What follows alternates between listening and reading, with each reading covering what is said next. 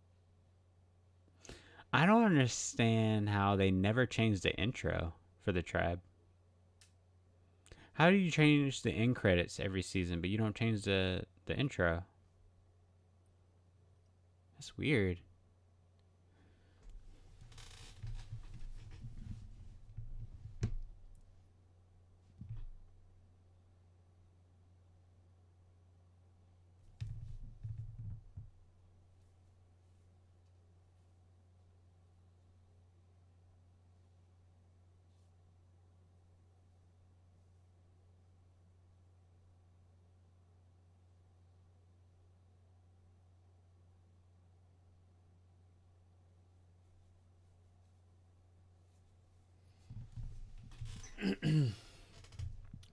Selena was always good at being the mother of the tribe.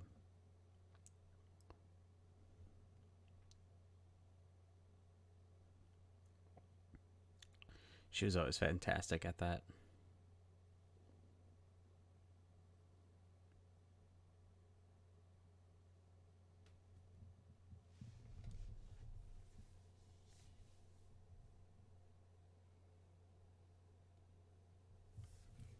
It knocks them the fuck out, Pride. What else do you think it does?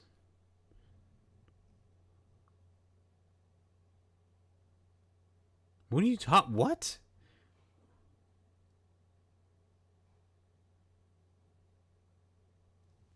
Nothing. They can't do anything. We outnumber them. I don't understand why they just won't fight back.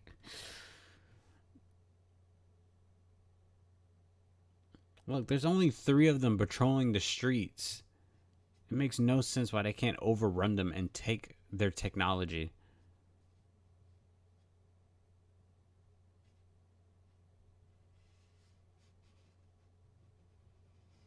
It makes absolutely no sense. I'm sorry. That's just one thing about season 4 that just every scene that you see, you just think about that. Like, this shouldn't be happening.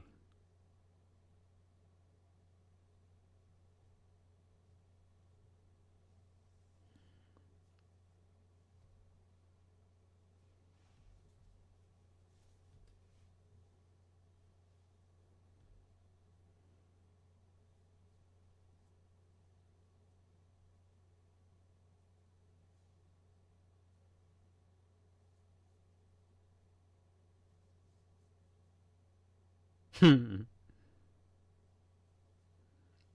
the guy who plays Ram is so good. He's so funny.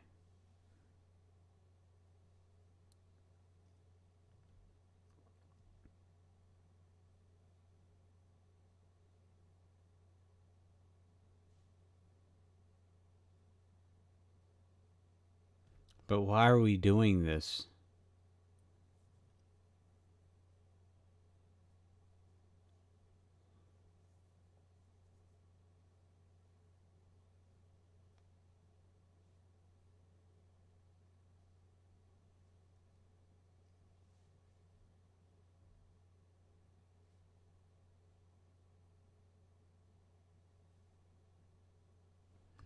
I love how he thought he was crippled, so he just kept being in a wheelchair.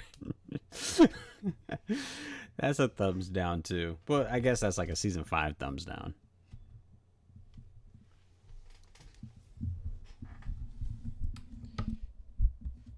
Season 5, it's all thumbs down. There's I can't even name a thumbs up for season 5.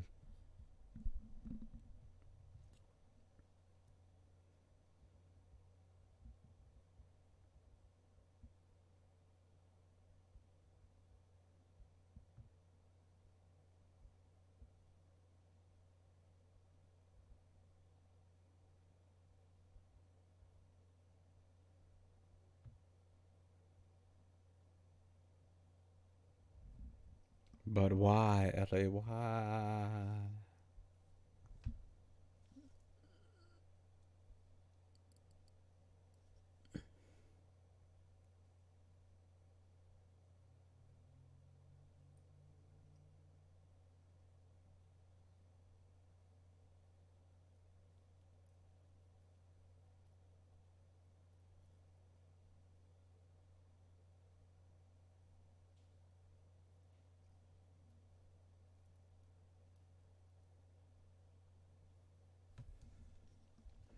Yeah, an invasion.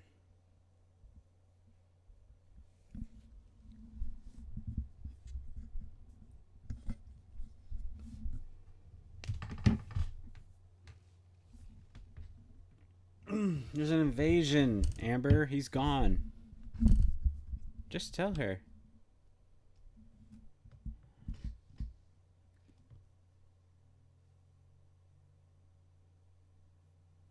Oh yeah, that's another thing too. That's another thumbs down for season 4. Amber is probably one of the worst mothers that we've ever seen on this show.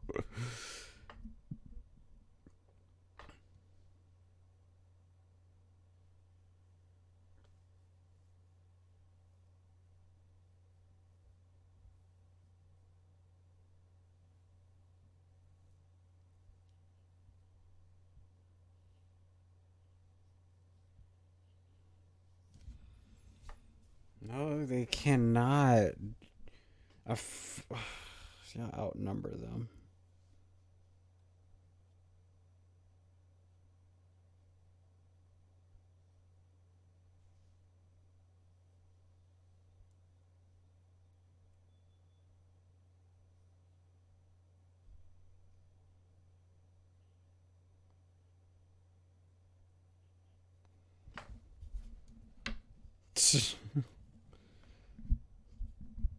Chloe was not having it.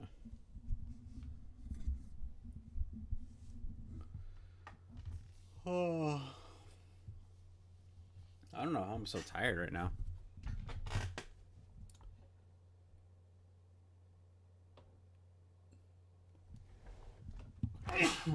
Bless me. Uh, Jiminux. I can't pronounce your name. Sorry. 333. I'll just say that. 333 says Jonathan M. have teased an Ocean Girls sequel at MIP TV 2013, but there is still no info at this point. Maybe once he's done with the Bureau of Magical Things.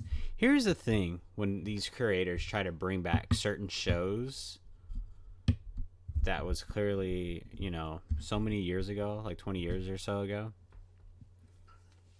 the problem with that is, especially if it's a TV show that's meant for a younger audience, that audience that was your target, they've grown up.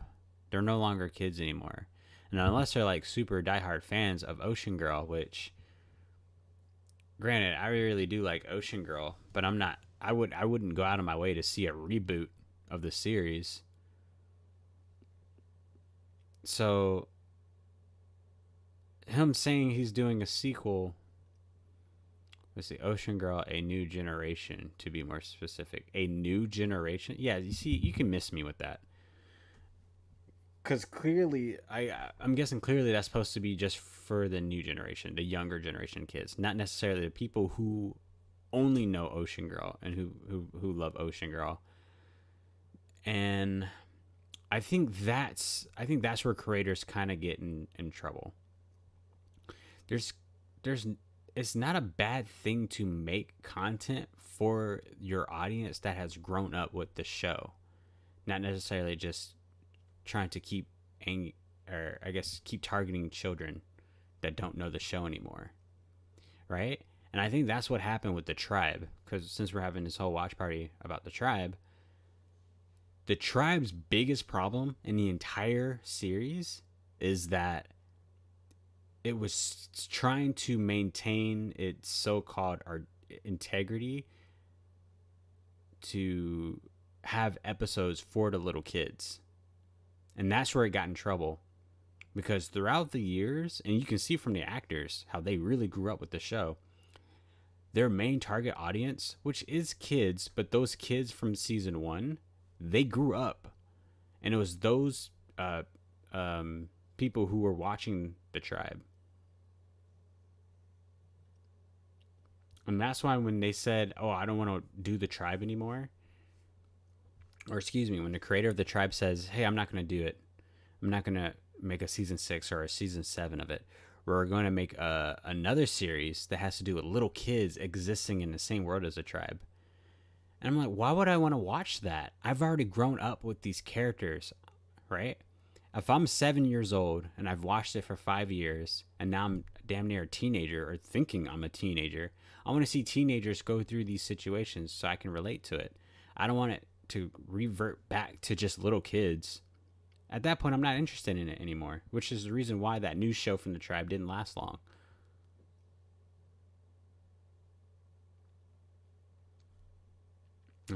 You also say reboot or remake is always pointless. At this rate, you could always make a series featuring Greta Thunberg. Yeah, who's that again? Greta?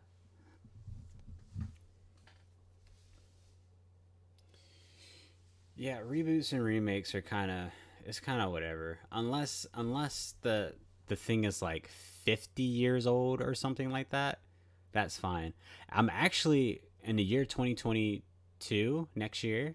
I'm actually making an analysis on the Little Vampire franchise, on how it's like my favorite franchise of all time, and the franchise has existed and stayed relevant for 50 years, from the kids' books that came out in like the 70s, 60s to 70s, to the TV show it had from the 80s, to the live action movie that came out in the year 2000, to all the way to the animated movie that came out in 2018, I think. So my analysis with that would probably just be something on the like, how can a franchise stay relevant throughout the years, even if its audience is growing older along with it.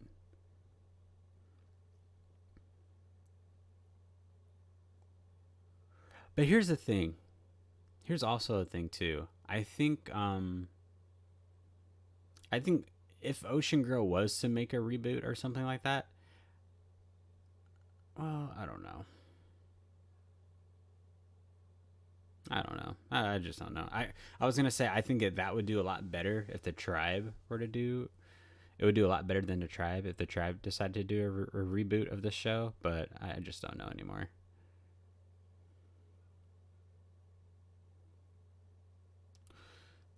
Yeah, I'm not a fan of reboots either, but just spin-offs. Spin-offs are fine. Spin-offs are always great. Lazar says, just add water. Did get Mako mermaids, Pirate Islands, or the Lost Treasure of Fiji, which is a standalone sequel to it. Hmm.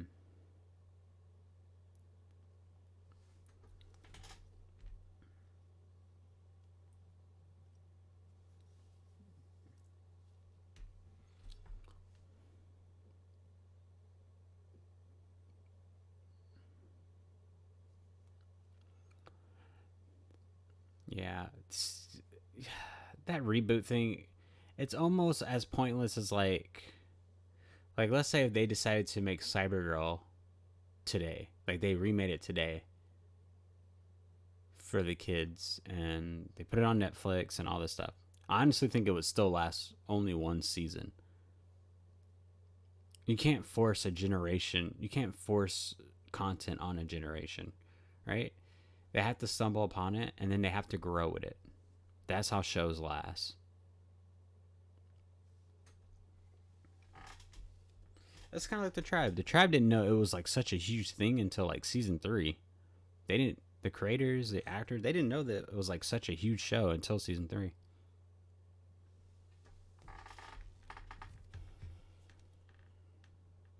Word, keep mouse out of my way.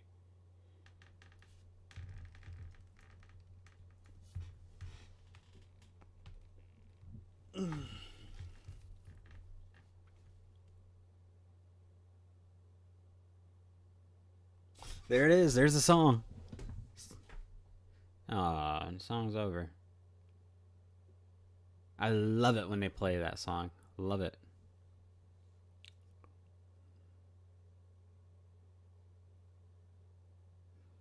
Man, leave them alone.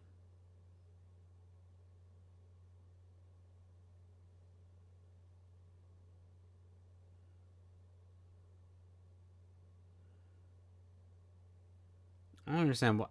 We outnumber these fools. There's only 3 of them. Excuse me. I'm so sorry for yelling. Look at it. We have a whole freaking room full of people. They can't shoot all of us. Literally. They cannot. That's the dumbest thing about season 4. It's like you can't justify it. We outnumber these fools and we're allowing them. It's like A Bug's Life, that Pixar movie with the ants and the grasshoppers. There's like 20 grasshoppers controlling these ants. And there's literally like hundreds of these ants. All they have to do is just fight them. It is ridiculous. Absolutely ridiculous. I can't. 333 says a sequel to Ocean Girl makes perfect sense since in the present days seeing the context for both a service and new audience. It doesn't even need a sequel. Just give it a spinoff. An Ocean Girl spinoff would be fine, and you can have a spinoff on a lot of the characters or just a lot of the settings from Ocean Girl. Like for an example, it's like what Lazarus said about the Magical Things TV show. The city that they live in is River City, which is the same city from Cybergirl.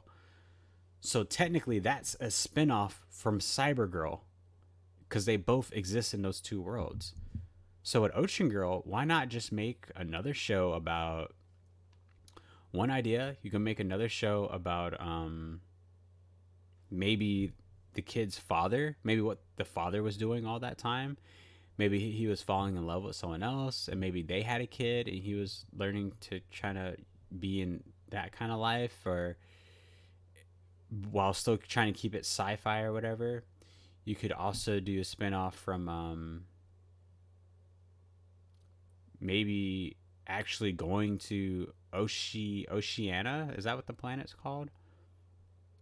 Like, actually, like, what is it like to live there? What do those people go through on a day-to-day basis? And maybe the point of view from Neri's sister, because Neri's sister went back there in like season 3, I think, or season 2, in between those seasons. What was she doing back there? So you could totally have a spinoff of that. Or you can just have a spinoff. Let's say even if it is a new Ocean Girl sequel, you could just make it about Orca. What is it like living in Orca necessarily? Not, nothing weird happens. There's not no alien that's helping you out, but just life on Orca. What are they arguing about them for?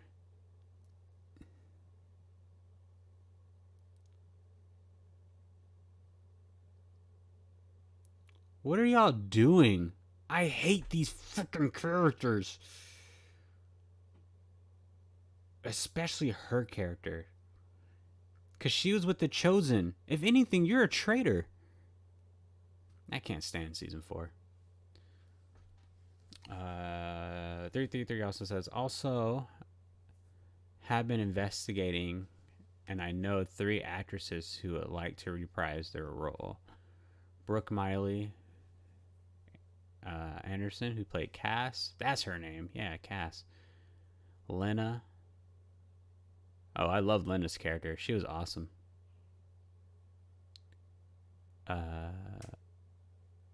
Lenona in the last 10 episodes of season 4. Well, I haven't watched all of season 4 yet, so we'll get into it when this episode of The Tribe is over.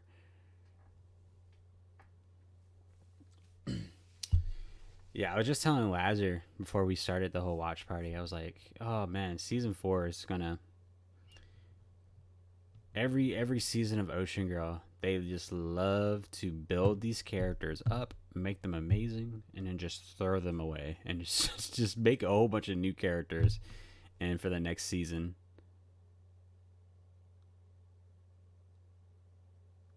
She is such a follower. I don't like her. Whatever the freak her character name is.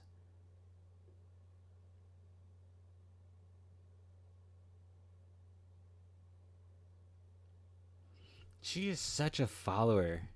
You would be a techno if it suits you. Kick her out of the group. 333 says, I've also been thinking of a Julia and a Elizabeth Cullen. you excuse me, you can see in the Bureau of Magical Things would fit perfectly to play Neri and Jason twin children. Okay, first of all, let me stop you there. There is nothing, no romantic chemistry, no romantic magic in the air or anything like that between Neri and Jason. Those are two characters I really like, uh, especially Neri. I love Neri and Ocean Girl. Jason's character is really cool too. But those two characters had nothing. They had no chemistry in a sense, right? They kind of had no chemistry to begin with. And by season 4, they still kind of have like a weird chemistry thing, and it's nothing. You said wait till you see the rest of the season. Well, thank you for spoiling that. Yeah, like that kiss they had in the end of season 2, that was completely forced, and it was not justified between Neri and Jason. I don't know why people can't believe that a TV show can have two characters just remain good friends, as if there's nothing powerful about that,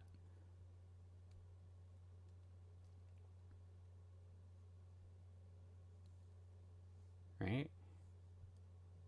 Because tell me, what romantic I guess things have you seen? What romantic things have you seen from Neri and Jason that would tell you that oh they would make a good couple?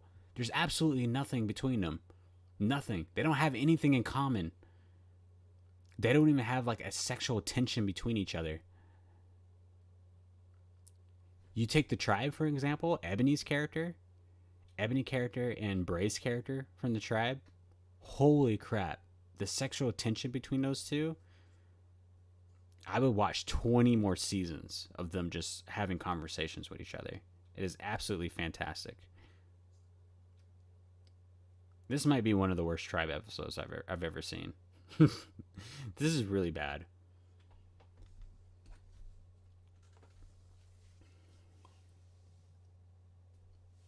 You're gonna name that baby Jay, literally in a season from now.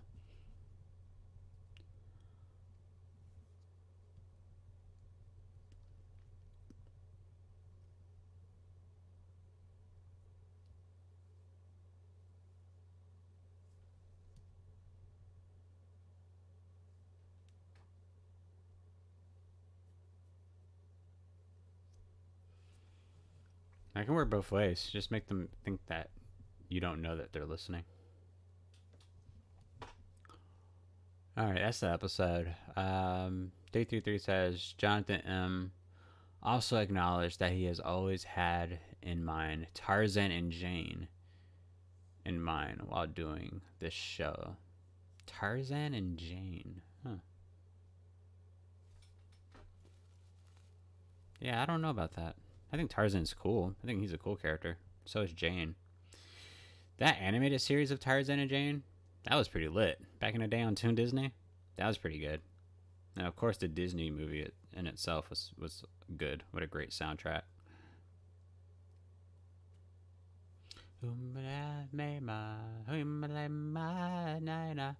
I absolutely love the freaking. I love it.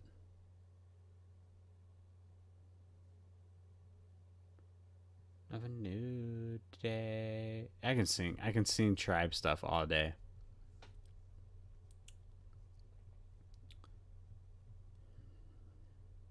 Like 10 minutes to an hour into the new year. I think we'll definitely get it. We'll definitely get it with these next 3 Ocean Girl episodes. All right, that's the that's the episode.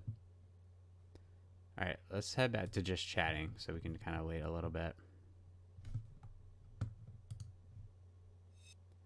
333 says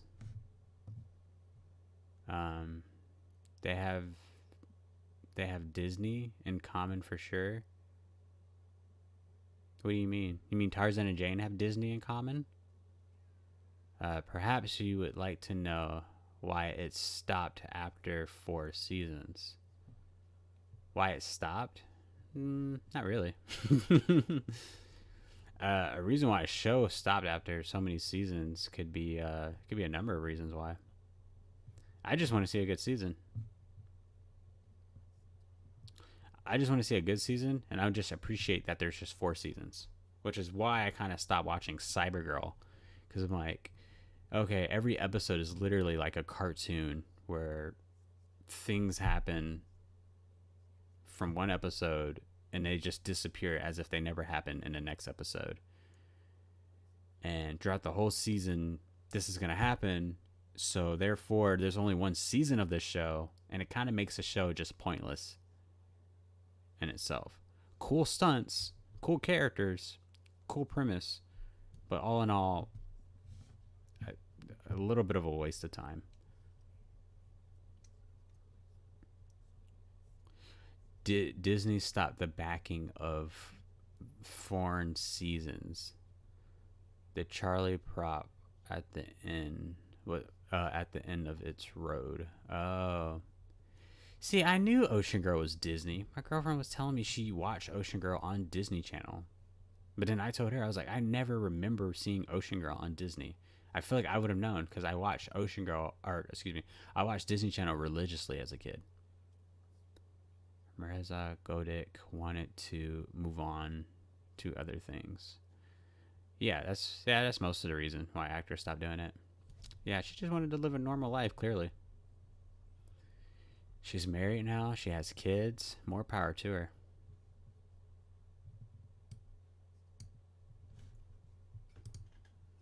Yeah, absolutely, more power to her. This stuff's awesome. But we're gonna I feel like I want to go get some chocolate before I start Ocean Girl.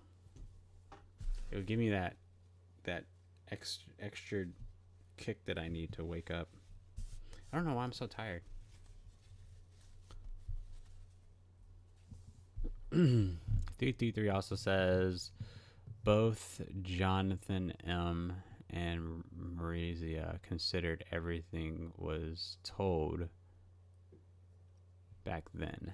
There was also a Ocean Girl movie planned back then, but it became an animated series. Yeah, I saw a little bit of the animated series. It's interesting. Yeah, well, hey, do you know, is there any like Ocean Girl books? Like scholastic books? Or what are they called? Scholastic books? Or just books, I guess. Books or comics of Ocean Girl? That would be really cool. Yeah, why not make a franchise out of it? Glazer says H2O was originally. I thought you said HBO. H2O was originally going to have only 2 seasons, but as you know, it got a third due to a popular demand. Yeah, that's always a good thing if it's by a popular demand. You look at Star Trek Discovery now on its CBS streaming app. That show is so horrible and bad for Star Trek. But they're not going to cancel it because they have nothing on their streaming service. So they're just literally, they keep renewing it themselves so they can have content for people to watch in the future. It's so bad.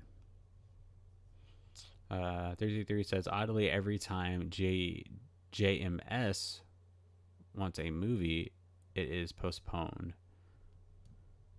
It's postponed? He just needs investors. Okay, we're a few minutes in. Okay, I'm gonna go get some chocolate, and then we'll start Ocean Girl. And we're gonna start with season 4, episode 2, because I already watched episode 1, and it's on my channel. So we're gonna watch episode 2, season 4. Okay.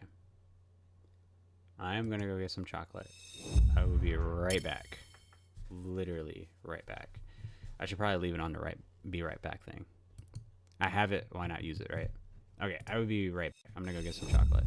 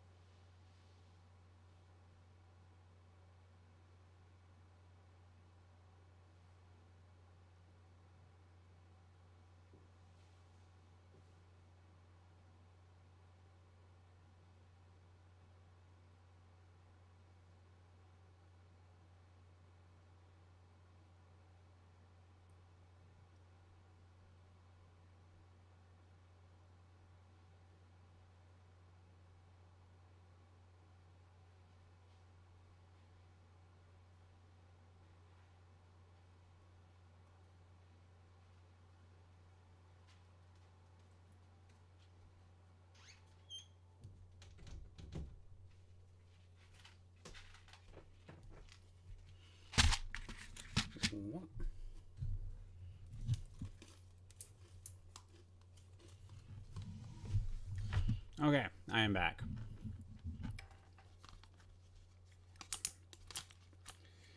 Whoa, these headphones. Okay. So, I got some chocolate, and I was like, why not get some cereal too? Normally, I don't eat sugar or cereal. Normally, I don't eat cereal anymore and all that sugar stuff, but why not for the last day of the year? Okay. You two totally had like a huge conversation without me. Have you ever seen Wicked Science? I think I have. I think Lazar. Oh well, you asked him, Lazar. Yeah, Lazar, you showed me Wicked Science. You sent me a link to watch it. And then the elephant princess. I've never seen that. Hmm. I'll tell you what you guys should watch. I'm gonna tell you exactly what TV show you guys should watch. Under terms of like on like spellbinder type shows along with like Wicked Science, I'm gonna give you guys a perfect TV show to watch. Here, I'm gonna put it in the chat. Oh, what was it called? Okay, I know exactly what it is.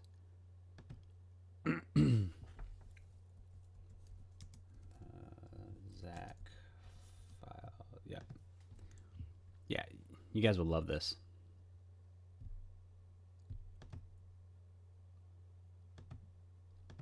this have like the theme song? I absolutely love the theme song for this show.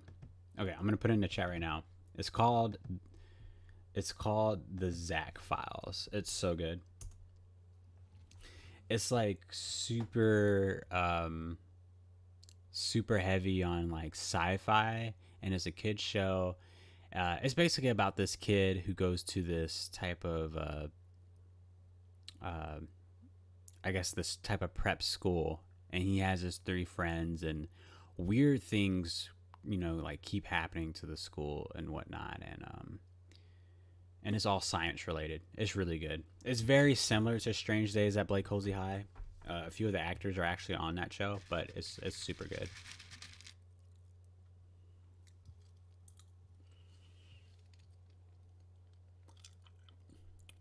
333 says, I searched for something even more difficult to find. Ocean Girl in French. Is that hard to find? On that YouTube channel where Ocean Girl used to be at, they had like Ocean Girl episodes like in German and in like other languages too. Maybe they had French as well.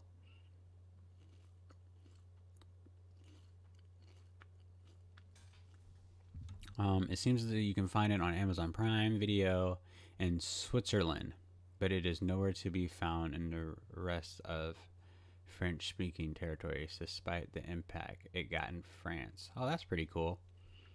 It's always interesting to see where a show is the most popular at.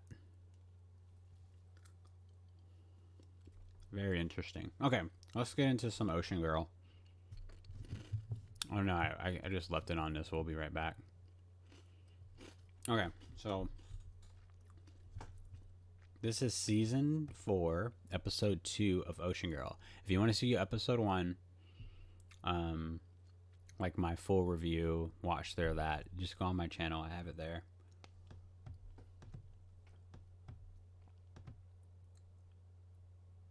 Okay. Again, season 4, episode 2. And I'm going to start this episode in 5, 4, 3, 2, 1.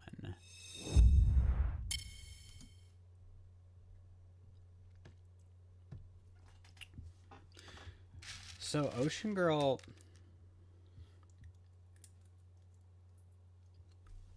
I just love how these characters are getting older. I mean, Neri doesn't really look too different, right? But everyone else does. And you can kind of buy into Neri not looking different because she's obviously not human, right? She doesn't age like what humans do. So, which is actually really surprising. How old is Neri? Does anyone know how old Neri is? Is she supposed to be the same age as Jason?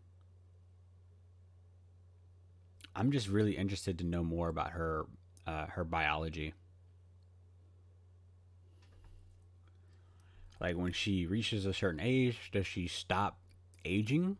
Like she can still age, but like her face will just stay the same and whatnot, or maybe not. Just like clearly we saw adults. We've seen adults from her home planet.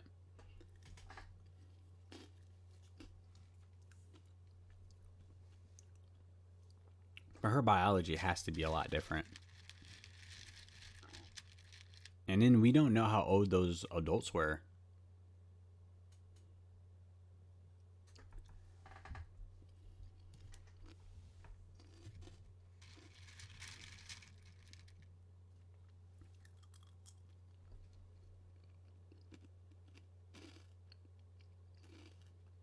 Yeah, old ass computer.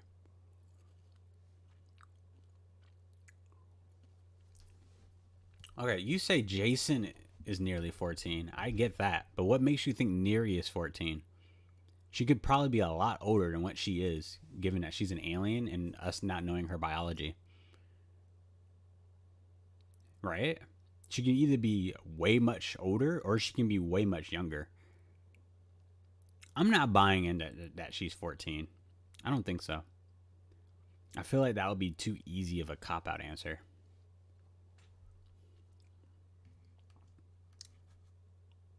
something like 4 years have passed. Yeah, I would. That makes sense. That 4 years have passed.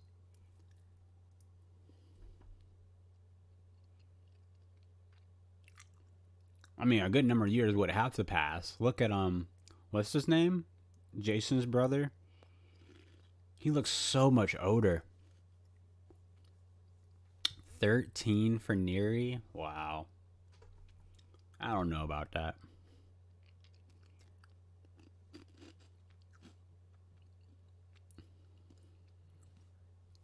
I don't know.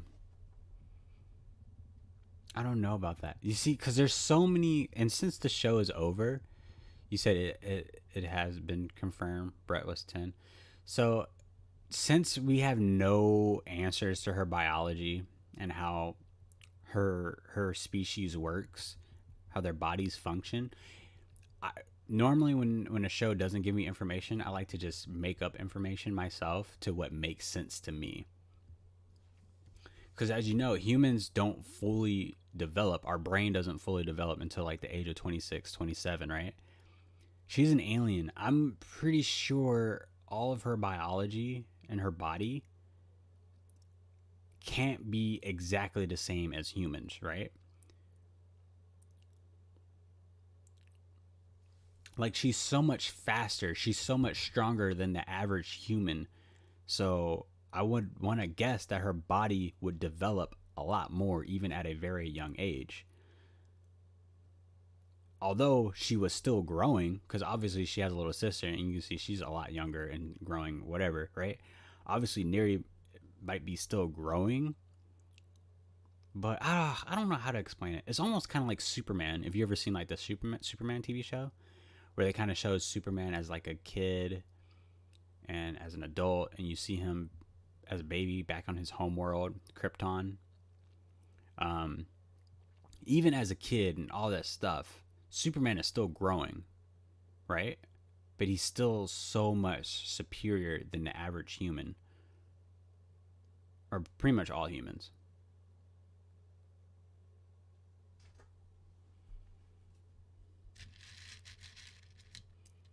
So what is up with these two characters?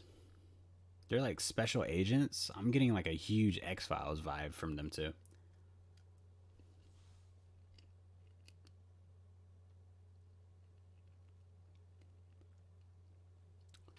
Lazar says, then how old is Mira?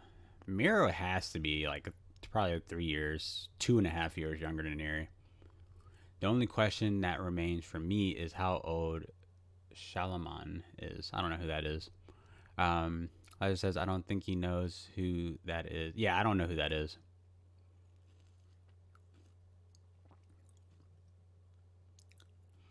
So today I was thinking about doing a graphic to put as a thumbnail for this video of Ocean Girl, and I was looking up Ocean Girl stuff, and they had like this little like graphic made for season 4, and it wasn't like a huge spoiler or anything, but I saw like Neri like at the pyramid wearing like this crown thing, and I was like, this is interesting. Maybe, and it got me thinking, maybe her ancestors or her species were on Earth many years ago, and maybe they built the pyramids for us humans, but then they left. Like kind of like how that conspiracy goes.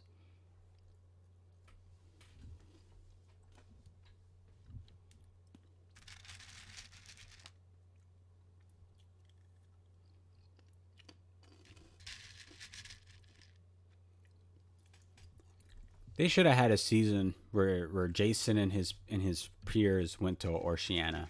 They should have done that.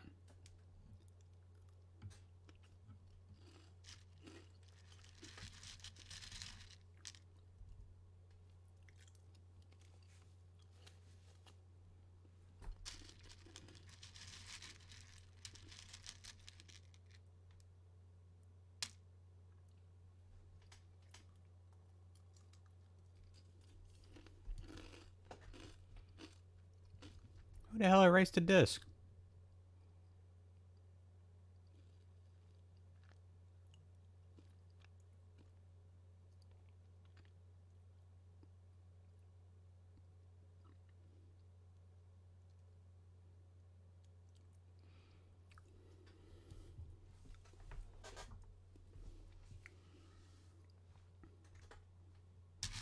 Probably has some type of magnetic field over it, and it just completely wiped it clean.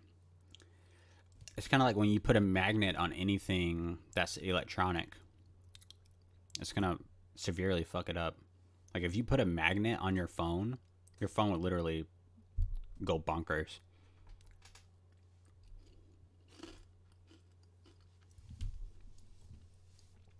333 says, I could tell you about Neri's legacy, but it would have to be spoilers. Her legacy, huh? Yeah, don't tell me.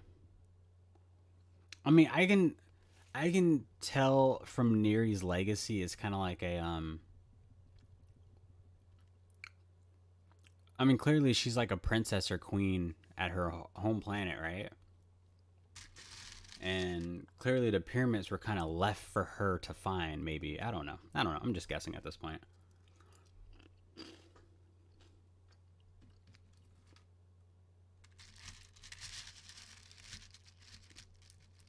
I do want to see Neri use her powers a lot more.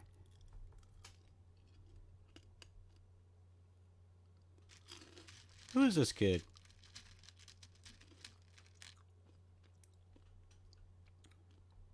Whatever. That's why he has no friends.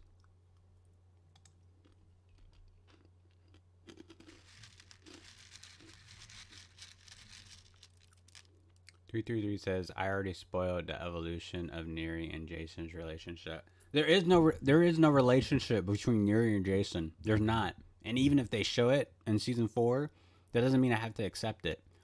There's literally nothing there between these two characters. Listen, every time Neri goes out of her way to do something good for Jason, to say, hey, it's dangerous, Jason, I'm going to do this because I have actual super strength, super speed, super durability, all this stuff, right? Whenever Neri goes out of her way to do this for Jason and his family, Jason's like, no, no, no, don't do that. It's too dangerous for you, Neri. Blah, blah, blah. Like on some sexist type shit. There's absolutely nothing between going on between Neri and Jason. Like it's not even funny how there's nothing going on between them.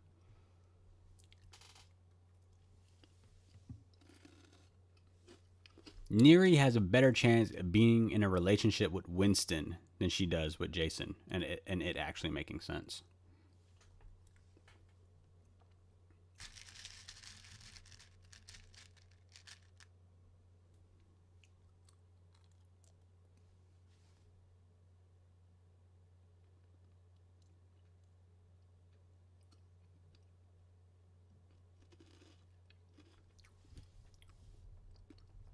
So Neri says she has dreams about this woman who's in a statue.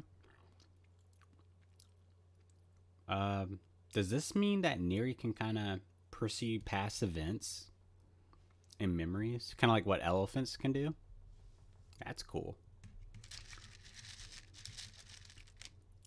Mara is as old as Brett and the other kids of his age. No, I'm not buying that either. That's too coincidental.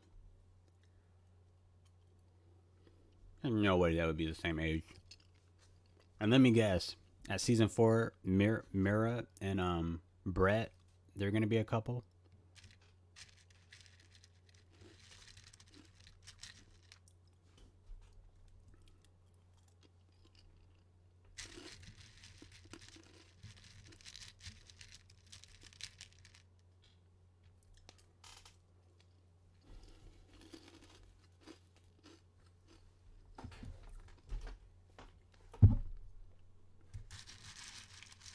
This new character is pretty interesting.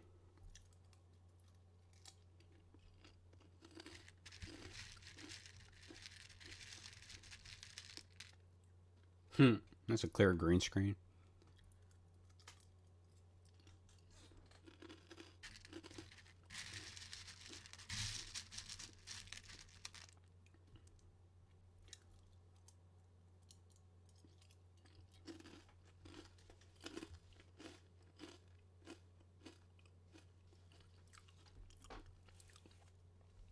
I don't understand how Jonathan can make something like Ocean Girl and develop a story from season 1 to 4 that makes cohesive sense. And there's a lot of conflicts that happens. There's a lot of tension. There's a lot of stakes, all this stuff, right? And then you make something like Cybergirl, and it's just whatever. It's just so forgettable. Like, just give the characters some conflict to go through. But I get it. I mean, Cybergirl is like fun, super fast paced and fun, but gotta have a little bit more substance to it. I love it when Neri swims. I want to see more of her swimming powers. 333 says, just watch the rest of season 4 and you'll know the evolution of the relationship. But for sure, of their relationship, but sure, it won't be obvious before the second half of the season. What do you mean it won't be obvious? It's never obvious. And if you're telling me they only start on it from the second half of the season, it's not going to be warranted at all.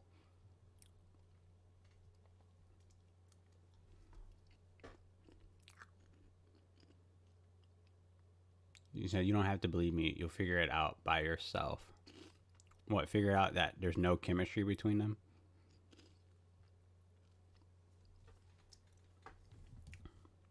Neri has more chemistry with Brett than she does with Jason.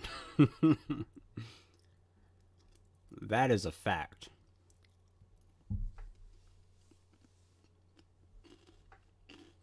If you want to be honest, I like that last guy that was crushing on Neri in season 1 when that episode Days Pass. Oh wait, no, that wasn't the episode Days Pass. It was like, or was it? When she went on land into like the local city or something.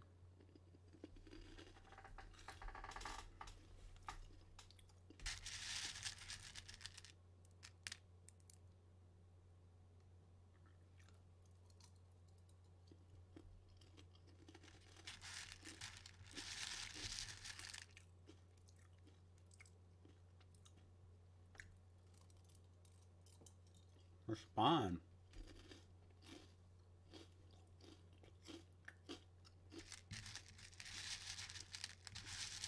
Just answer him and just be honest. You guys are gonna get your privileges taken away.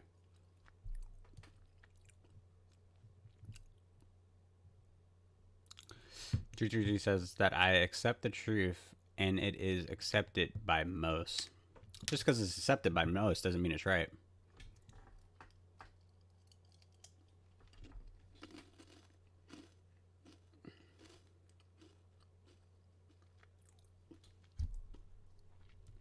That's like believing what J.K. Rowling has to say about Harry Potter nowadays.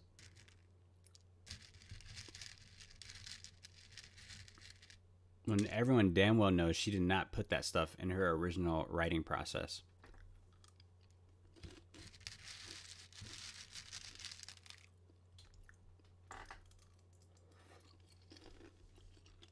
All this underwater shooting stuff is so cool. Seeing Neri underwater.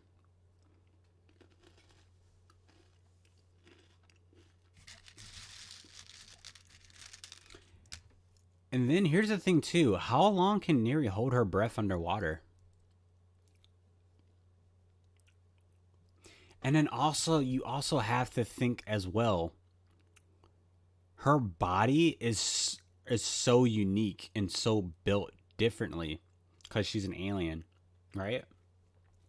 A human can't go that deep underwater because otherwise they'll just freaking burst because of the pressure, the water pressure, right? Even submarines, even a device that Jason and Brett are flying in right now underwater, that has its limits of how deep you can go in water before it bursts, right?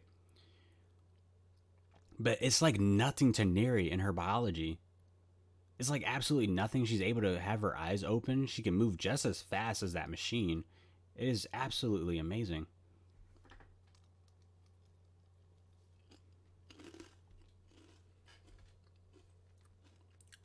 And Jason's always trying to tell her to stay back. It's too dangerous.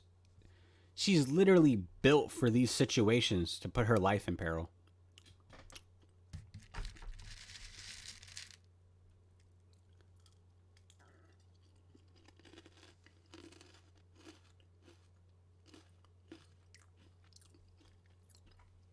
Lazarus says, I mean, Cybergirl showed off her powers throughout her show, which I love. Uh, she does struggle in some instances, especially in the second half. Hey, by that time it's too late, Lazar. It's way too late for me to care. Right? If a show starts too slow and people begin to lose interest, then people stop watching the show. Not everyone, just because they watch one episode of a show, they have to be dedicated to the entire season. But yeah, Cybergirl, my favorite moments of the Cybergirl episodes that I watch is every time she turns into Cybergirl and you have like the music going and then she's like does something so amazing. It's freaking awesome.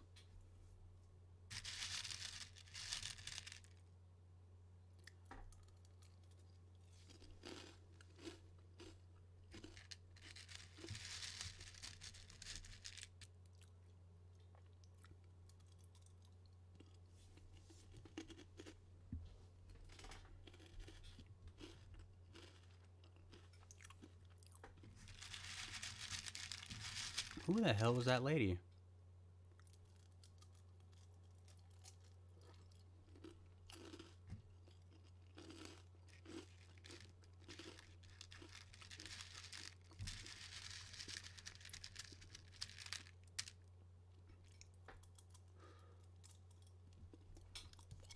You can touch anything. No human, 333 says, no human diver would be a match for the average ocean people. Hey, by the way, you say ocean people? Do they not have like a name, though? Like, I want to call them Oceanian. Does that make sense? Because they're from Oceania.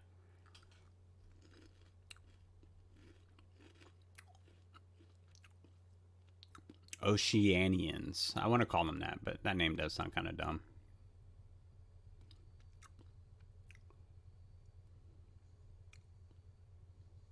Whoa. Is it me or does season 4 get a huge budget upgrade for these special effects?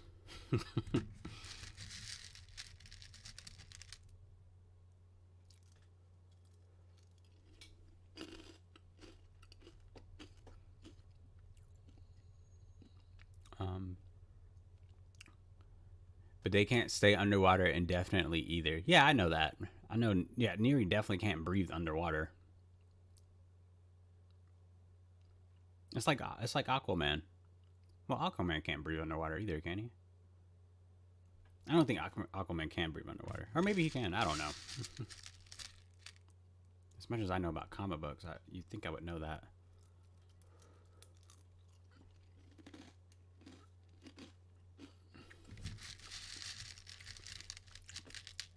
.333 also says they will have to breathe sooner or later. They just use oxygen much slower than the average human. That makes sense, but I wonder if it's oxygen that they mostly need, right? Well, obviously they need oxygen, right? But you look on Earth, there's only like 13% of oxygen on Earth, right?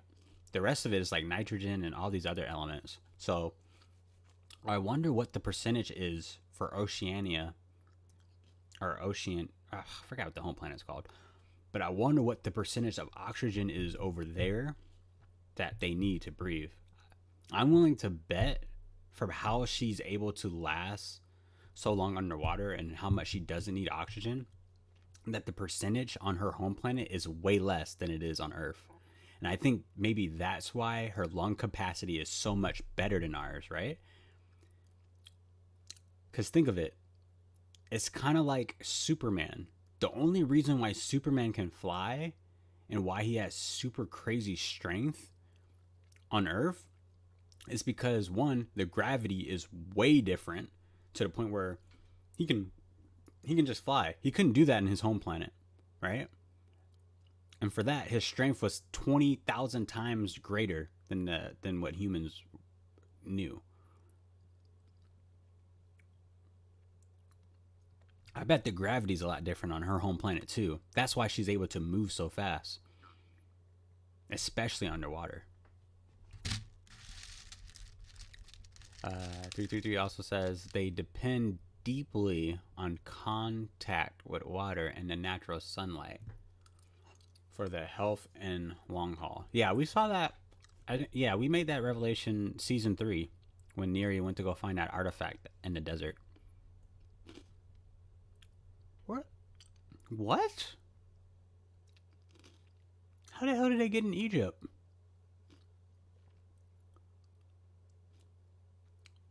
Wait a second.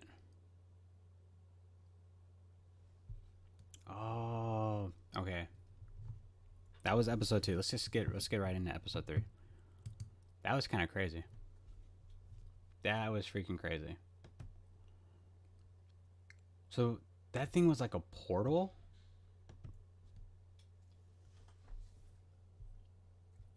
Wow. Wait a second. That thing was like a portal.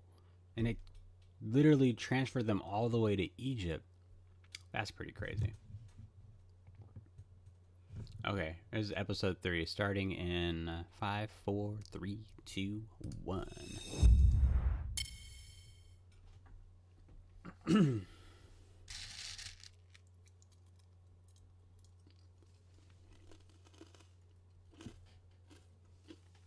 Yeah, that was crazy.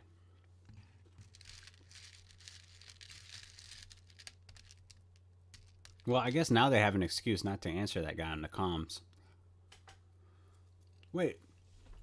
So 333 or Lazar, whoever can answer this. So where is Orca? Orca is in Australia, right?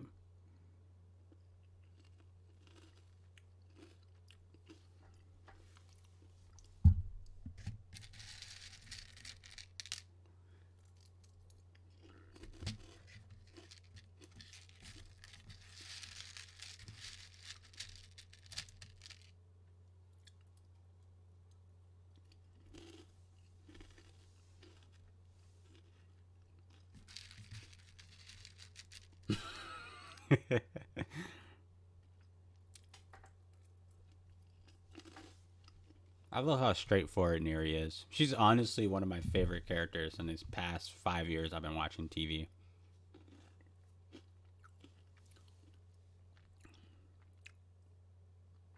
Orca is in Newport Douglas. Where's that? No, Google that. Newport Douglas.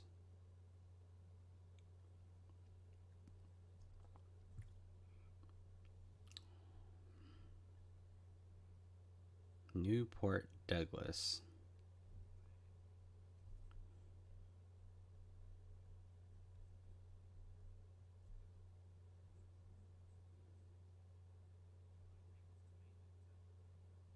Okay, so it is in Australia. I can't believe they just traveled, or I guess teleported to Australia, or to Egypt from Australia.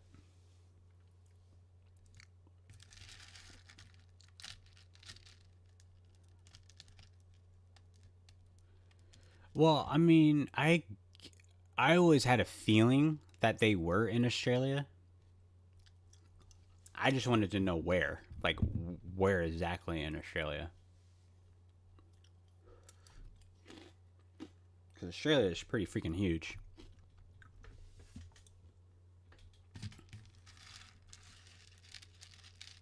Right? And they could have gotten away with just filming in certain deserts in Australia, which I'm sure that's what they did here, but I'm just saying.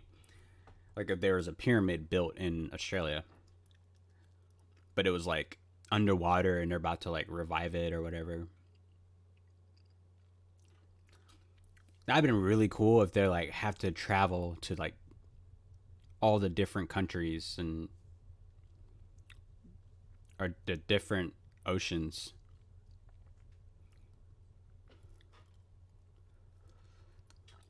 Don't touch it.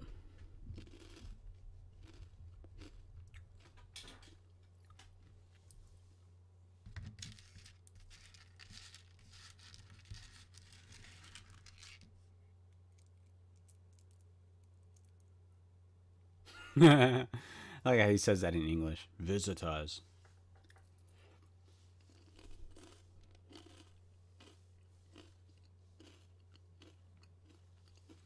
Everything was filmed in Australia for season 4.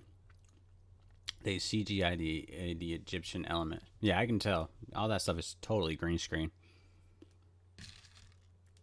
I work with green screen a lot on set. It's freaking awful. It is so awful. Believe it or not, when you're in film and you have to like set up so much green screen, there's like 20 by 20 green screens all day. The wardrobe department helps you. They get to help us scripts and electrics, or it's just us scripts. Electrics don't really set that stuff up, because they get to flat iron the green screen, because green screen doesn't work if there's any wrinkles in it. Green screen, blue screen, all that stuff.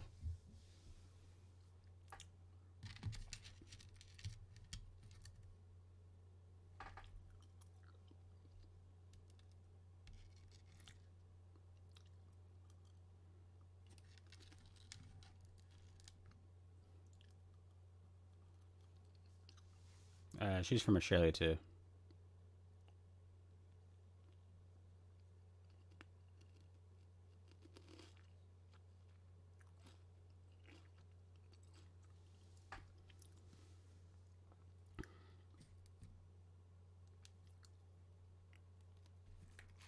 Yeah, something like that.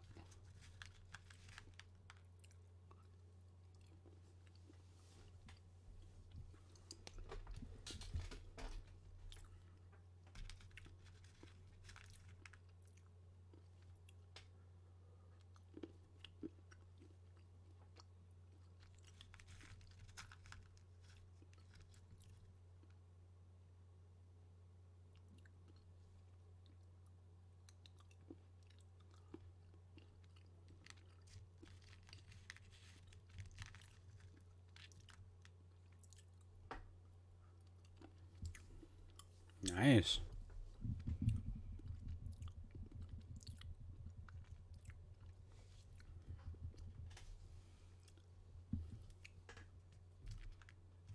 Wait, that's your assistant?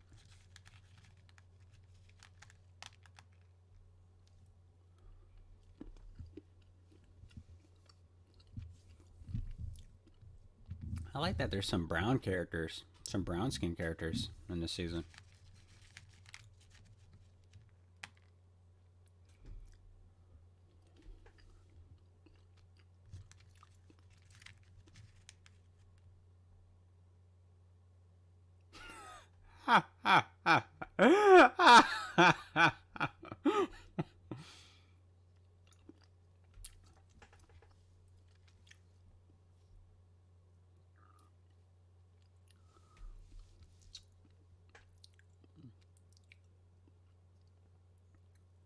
That's so funny.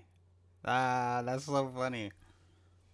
And Neri's just at the dinner table and she's just drenched herself in water. Yeah, she has to. She has to. The desert's too humid for her. Oh man, to even think about if Neri lived in America, there's only so many places she can travel to. Right? Stay away from the humid places. You think Neri could survive in like snowy areas? I wonder how she handles cold.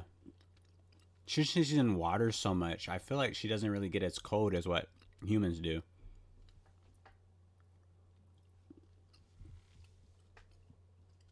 I wonder if she knows what snow is.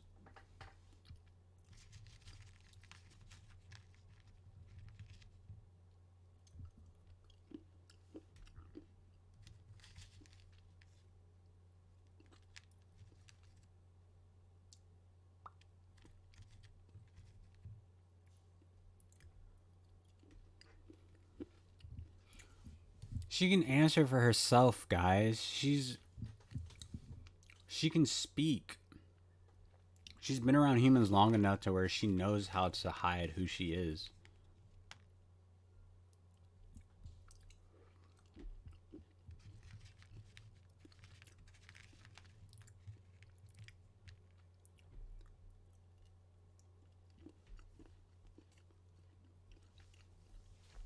Yeah, it's episode 3.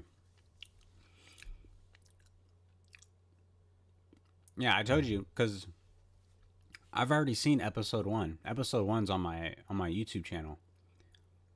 The episode we just watched was episode 2. Now this is episode 3. And after this one, we're watching episode 4.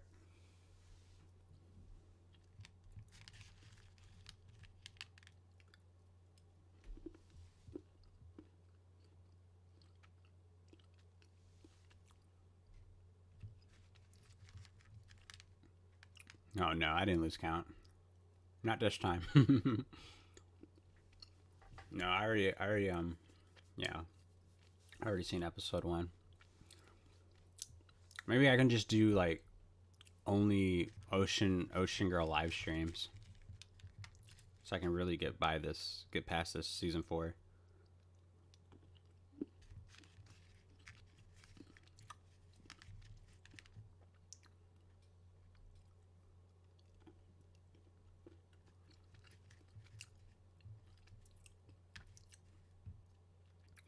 I don't understand why you just wouldn't let him call Orca to begin with.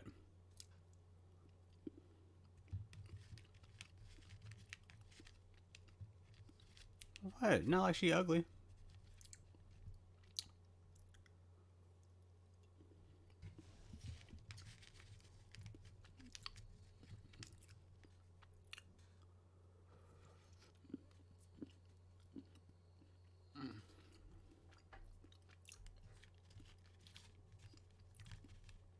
Wow, that's where they are. That's insane. They found a teleporter. You know what you can do with this?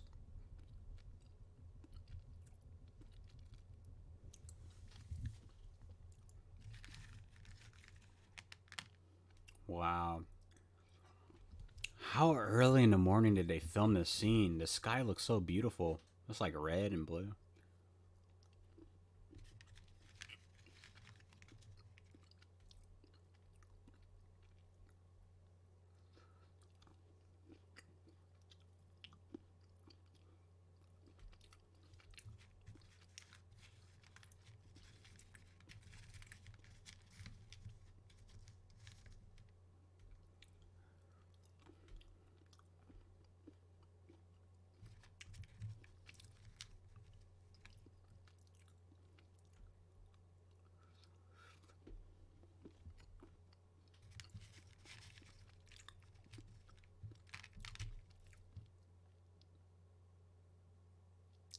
Oh, 100%. Go look at the stars with her. What are you talking about? Late for her little brother.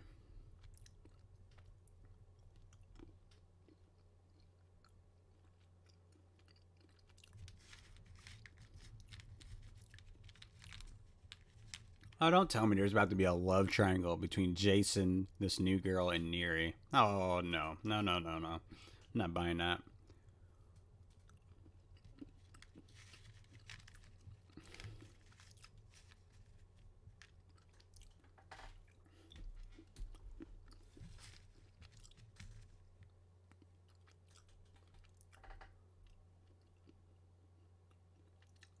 What do you mean, who is she? She's Neri.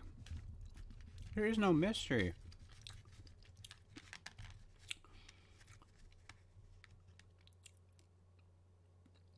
You see, they wouldn't be so curious, Jason, if you just let Neri speak for herself as a regular, well, she's not a human being, but just as a regular person.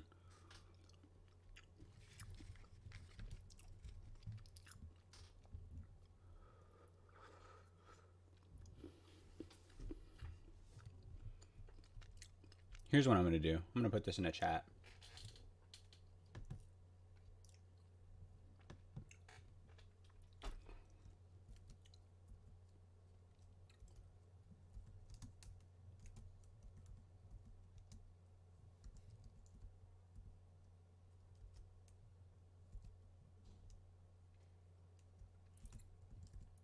Okay, I'm putting something in the chat.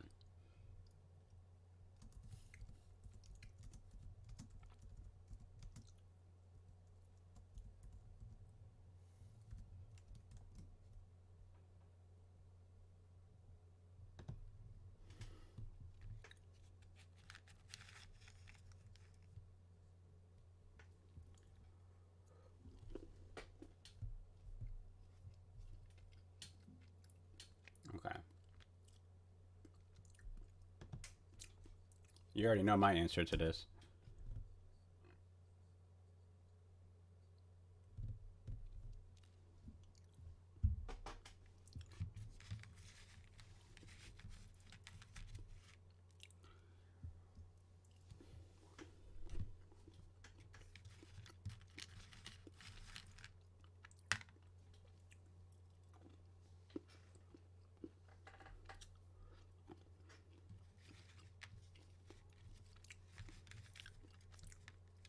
And 19 more minutes till the new year.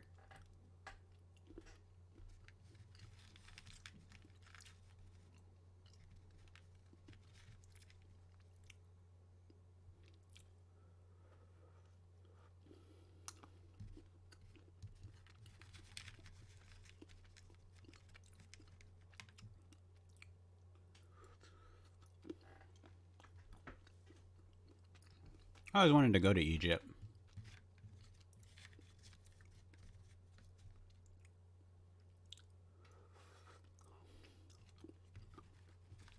Why wouldn't Brett come with you guys?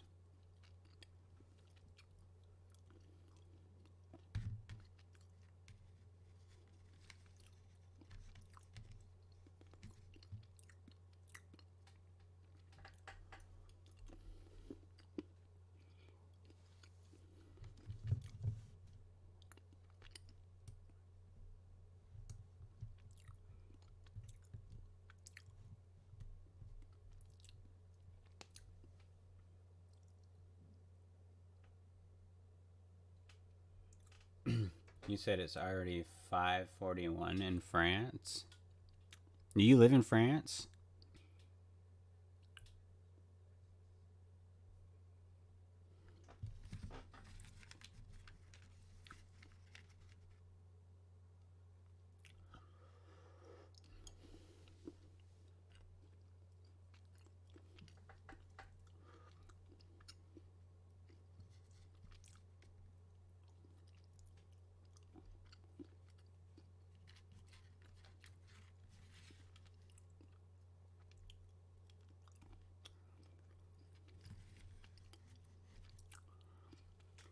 Why are they still listening? Get the fuck up out of there.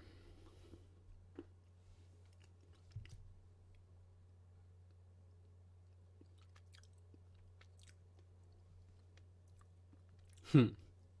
333. You said yes.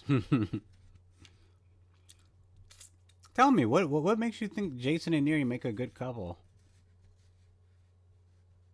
There's nothing showing us. There's nothing showing.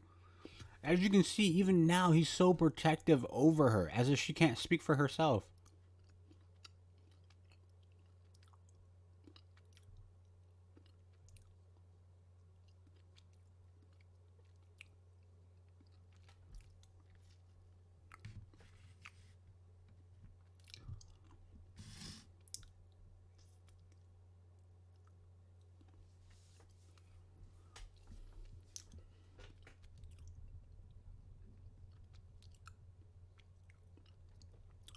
Screw you, guy. Alright, buddy. I was gonna say something a lot more prerogative. Or derogative.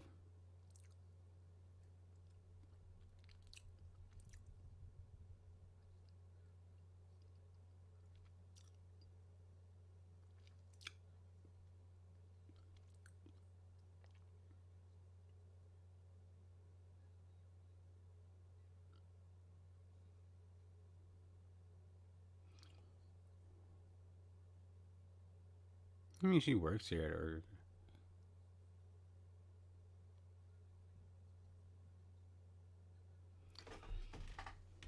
you gotta stick to like brand stuff. She should have said, "Oh, her home is here in Orca," which is not a lie. Her home is here in Orca.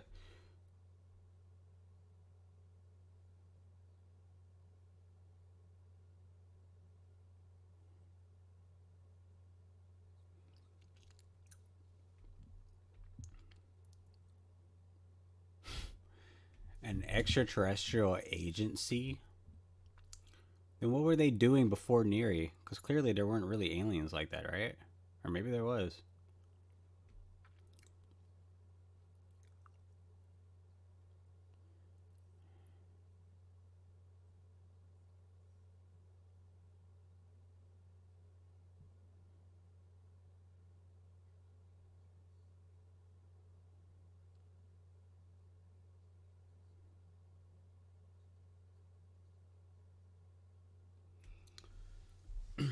Why do I feel like Neri could just swim back to Australia in one day if she wanted to?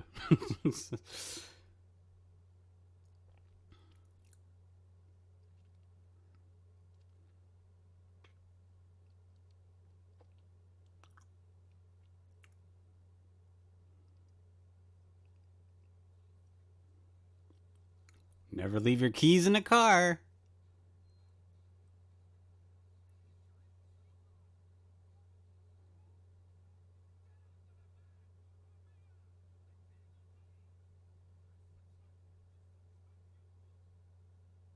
Oh, Lord.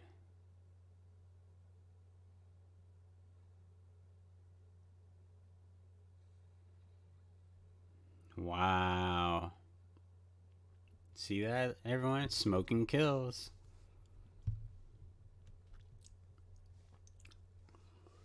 333 says, good chemistry in the end. Keywords, end. Excuse me. Just like a slow growth plant. What? Parallax is an unpleasant clone of X-Files. Oh yeah, yeah. I kind of got that that sense of it. Strongly unpleasant with their manners.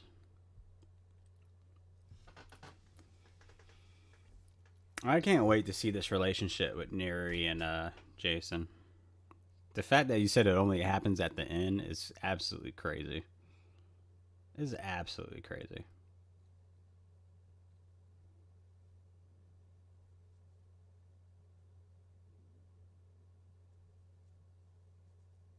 There's nothing wrong with being friends. There's nothing wrong.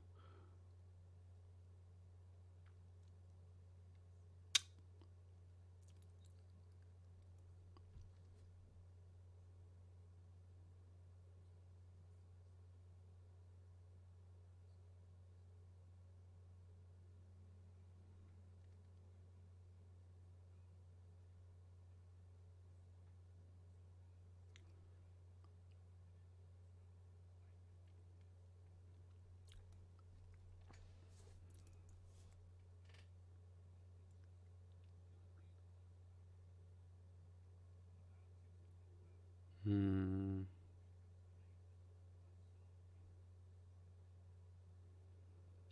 What? Okay, I guess that's the episode. It's still playing on my end. 7 seconds. Okay, I'm gonna go right into episode 4. Okay, that was a good episode. There hasn't been a bad episode yet of season 4, which is very assuring. All right, I'm gonna start episode 4 in 5, 4, 3, 2, 1.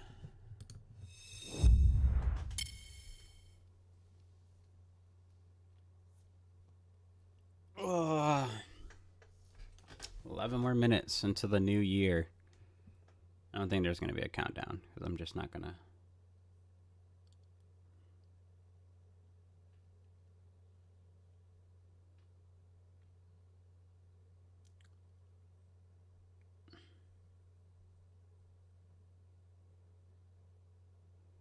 Is that a donkey? Donkeys.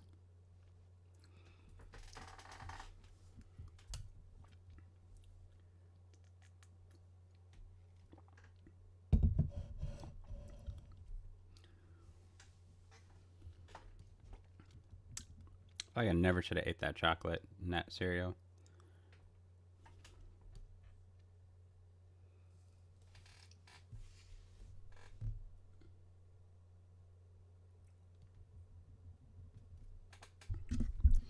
"333 says the kind of mentality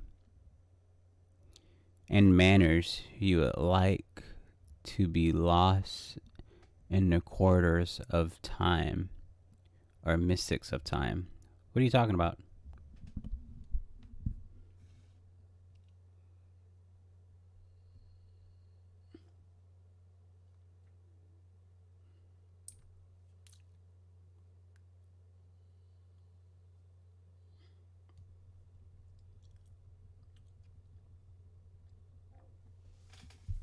Yeah, there's so much happening on this show, or on this season.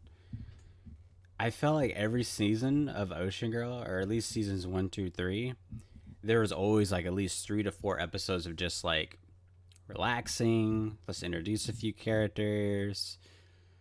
Let's show this. Let's show that. Season 4 is like, no, there's something big happening.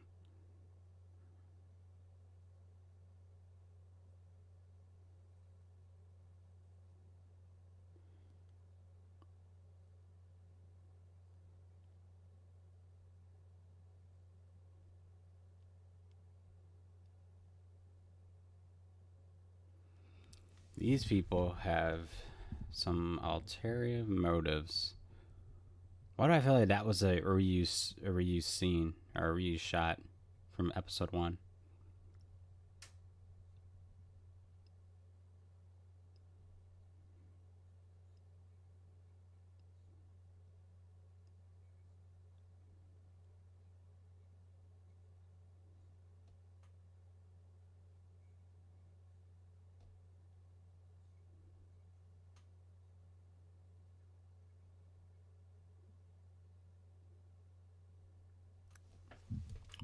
But why would you want to capture it and detain it? Right? That doesn't make any sense. I don't know. I feel like there's always a cliche military brainless presence in some in kid shows about sci-fi.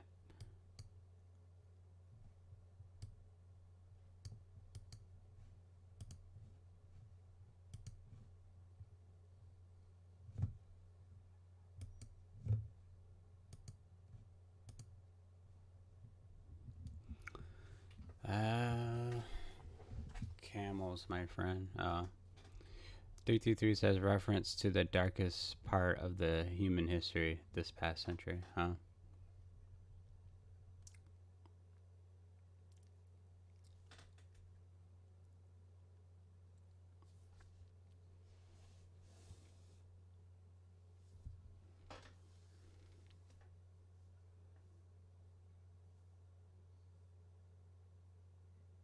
Mystery.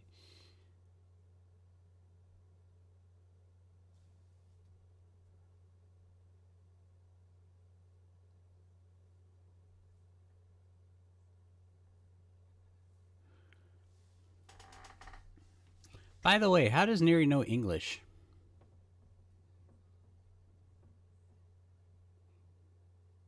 She shouldn't be speaking English, right? Like from season 1, she was like fluent.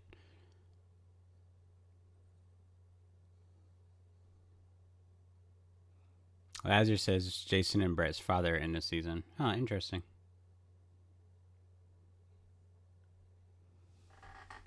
Well, you see that? They could have had a spinoff from with the father.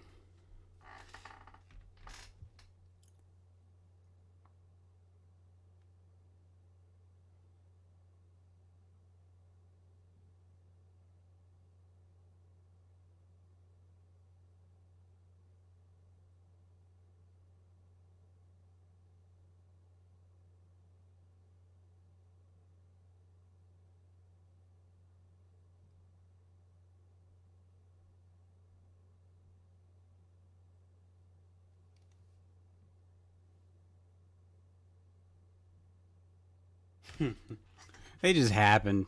They just happened to drive over here.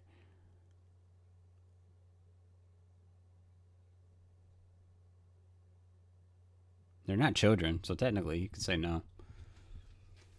The actor playing their father is also in High Flyers, another Australian series released after Ocean Girl, where Rona Rees is also playing, but not a supportive role this time.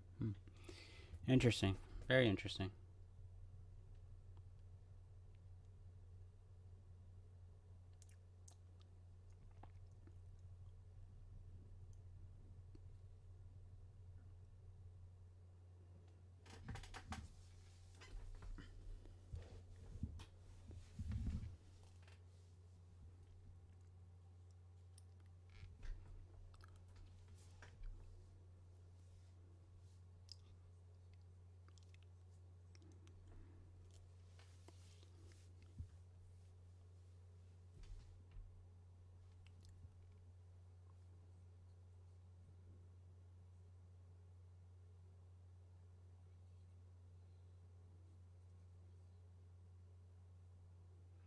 Yeah, little boy, mind your damn business.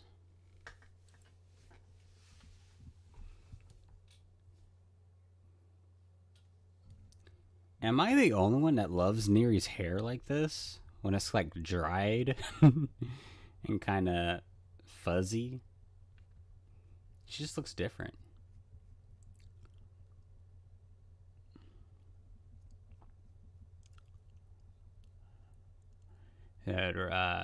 Lazarus says, rest in peace, High Flyer Season 2. I can't find it at all. The channel that I had them was also privated. High Flyers. Yeah, I don't know what that is. Maybe I should look it up.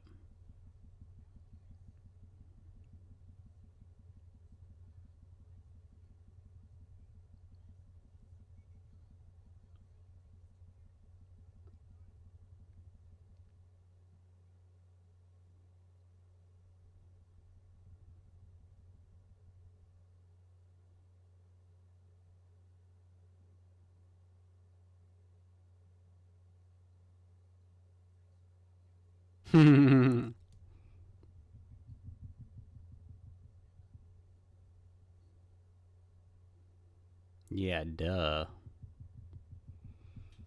Never hitchhike, ladies and gentlemen. Why do I feel like Neri can overpower everybody there?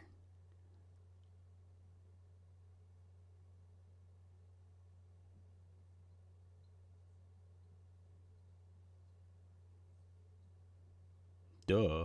No, what is that little girl doing? No!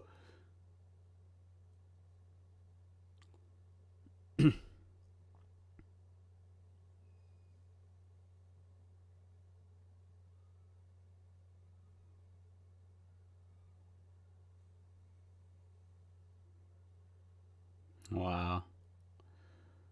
Wow. How is she swimming? And, well, it's Neri, right? She could do anything. But it's literally like so narrow.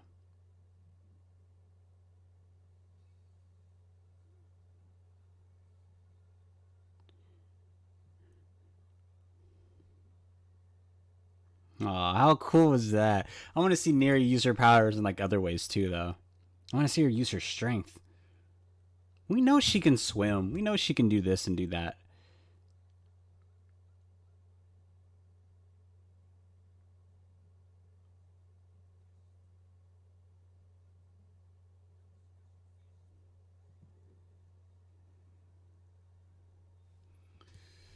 Sounds fine. We gotta eat.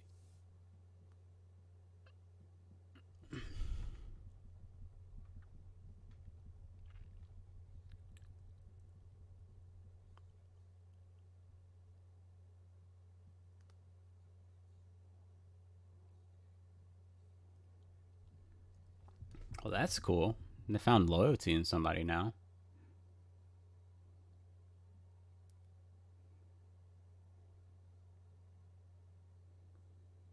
I wish I could have worked on Ocean Girl. Oh man, I bet that show would have been fun. A lot of water stuff though. I'm not a licensed water grip.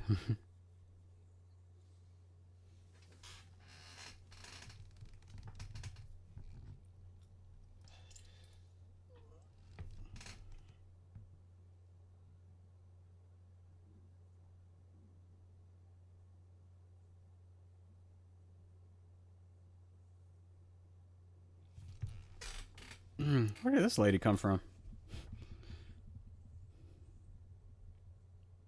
Just belly dancing. Hey, is this the great chemistry you're talking about between Jason and Neri? Neri's just staring, or it's not Neri, excuse me. Jason's just staring at the belly dancer like it's nothing. Oh, hey, look, it's 2022. It's the new year, officially. I was nearly a minute late with that. Happy New Year.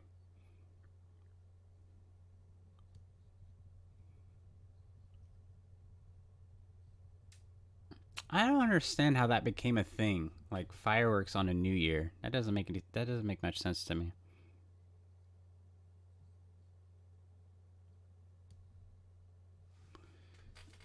Oh, my chair.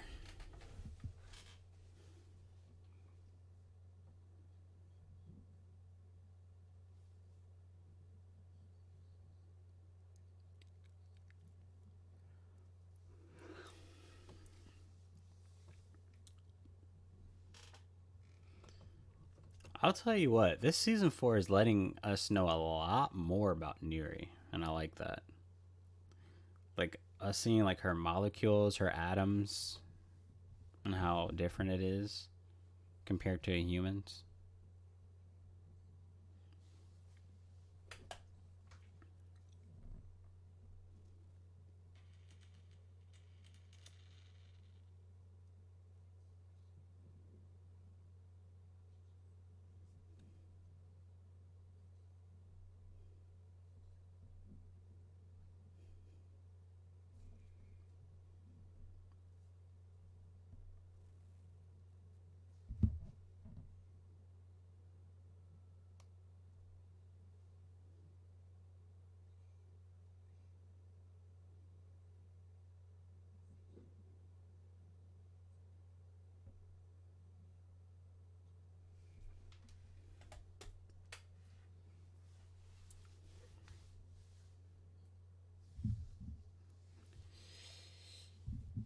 You think all these actors are just white and they just airbrushed them to just look like they're from Egypt?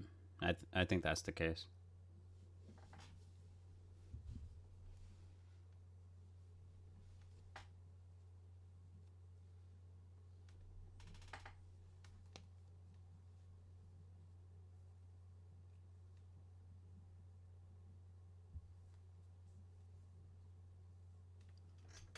That's true. It's no longer a lie at that point.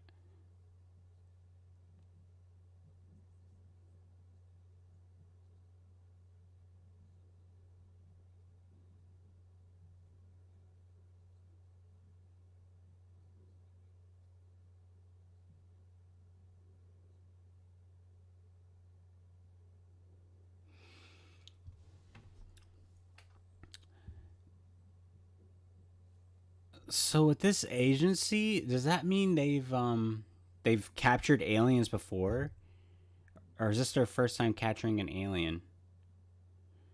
Because I feel like they wouldn't make that big of a deal about Neri if she wasn't the first alien to ever been on Earth. You know what? Ocean Girl will make a really sick spinoff if they would have mentioned if they mention like, oh yeah, we've captured aliens before. We captured an alien that did this and this and that like many years ago, and then they did a spinoff off that adventure. That would be cool.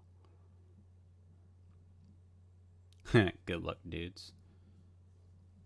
333 says, who knows?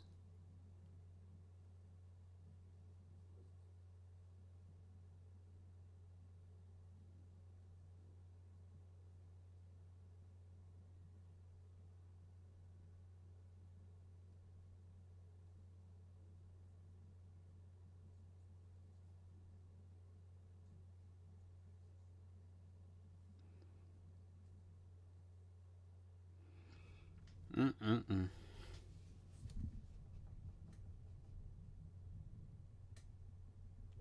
All these fireworks sound like actual gunshots. The spin-off idea I got would rather be a prequel named Ocean Girl: The Chosen. No, boo. We don't want prequels. You don't have to have a prequel. It doesn't have to be a prequel to anything. I'm telling you, if they would just said if this Proxy whatever that company's name is or that agency, if they just said, "Hey, we captured an alien before, blah blah blah blah. This is their story," and they literally go tell that story for a spinoff show, or it can be in current time and another alien from their planet came to Earth to try to break them out, and then yet mission failed and they have to stay on some local town of Australia to like until they fix their ship or whatever. That would make a little bit more of a sense of a spinoff. Because that's what spinoffs are. They are spinoffs of a show have to have one episode on another show to lay the facts down a little bit about what the show is or what their characters are, and then they'll have their own show based on that one episode alone.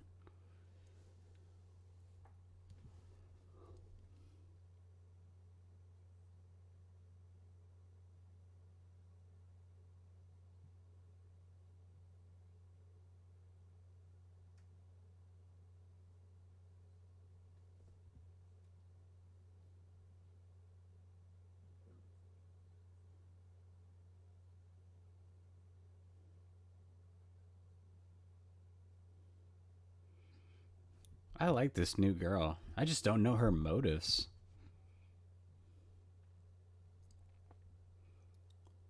With 5,000 years of history, there would be a lot to say.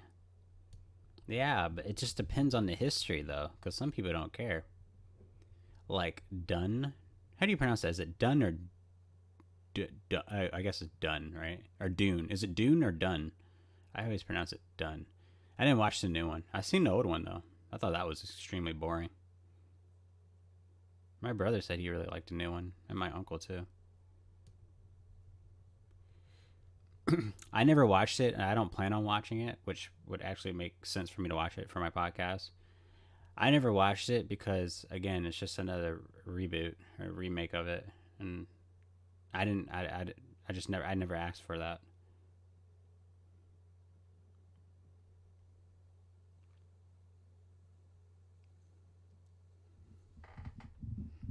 I'm gonna lose my shit if they do like a Cleopatra reference in the show.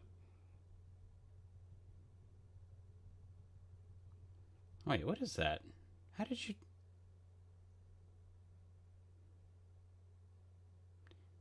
No, please. No, it's not the property of your organization.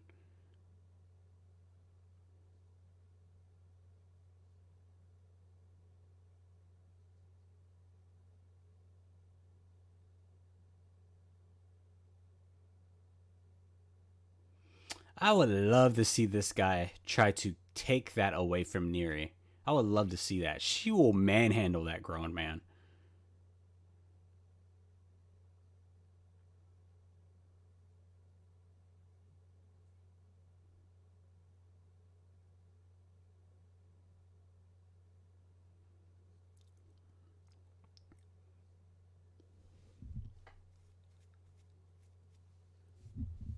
What are we walking away from this guy? All Neri has to do is punch him in the heart and it's over. She's that strong. Just punch him in the kneecap and he literally cannot walk.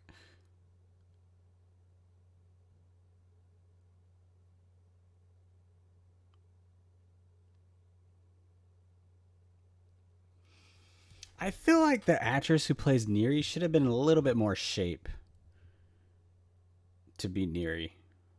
I'm not saying she's like out of not saying she's like out of shape or overweight or anything like that. I'm not saying that. I just like I feel like Neri's character should be something very similar to like Wonder Woman, like normal woman. Then you see her in her natural look, wearing her natural clothes, and she looks super strong, like super cut, like everything.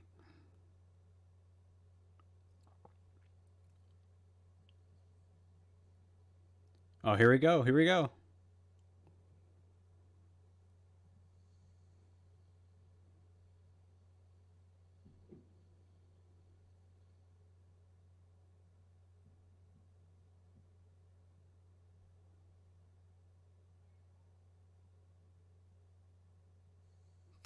Wow.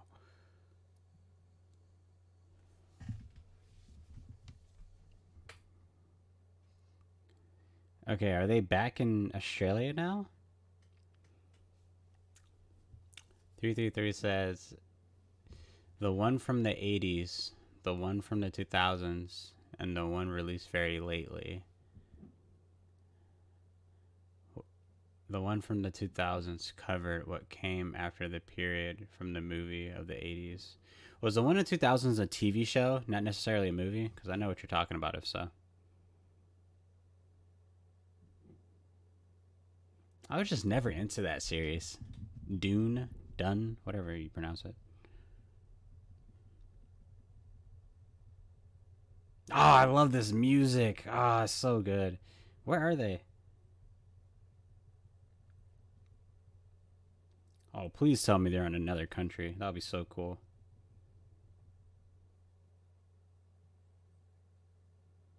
Okay, they're back in Australia.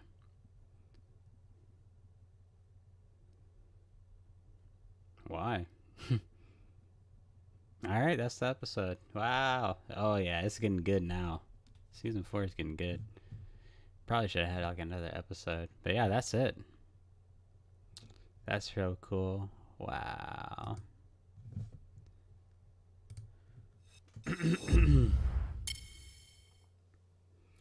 The one from the 2000s was a TV miniseries, 2 series exactly. Yeah, I thought so. I remember seeing something like that on YouTube. I think that they're actually on YouTube because obviously it was a book and then it turned into movie series and then another movie apparently.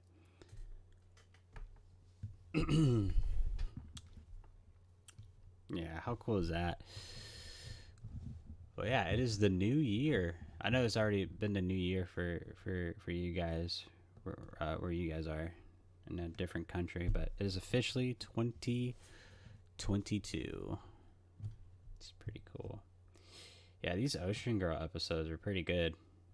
Way better than the Tribe season 4. Tribe season 4 was so bad. Oh, it's so bad. It's not even funny.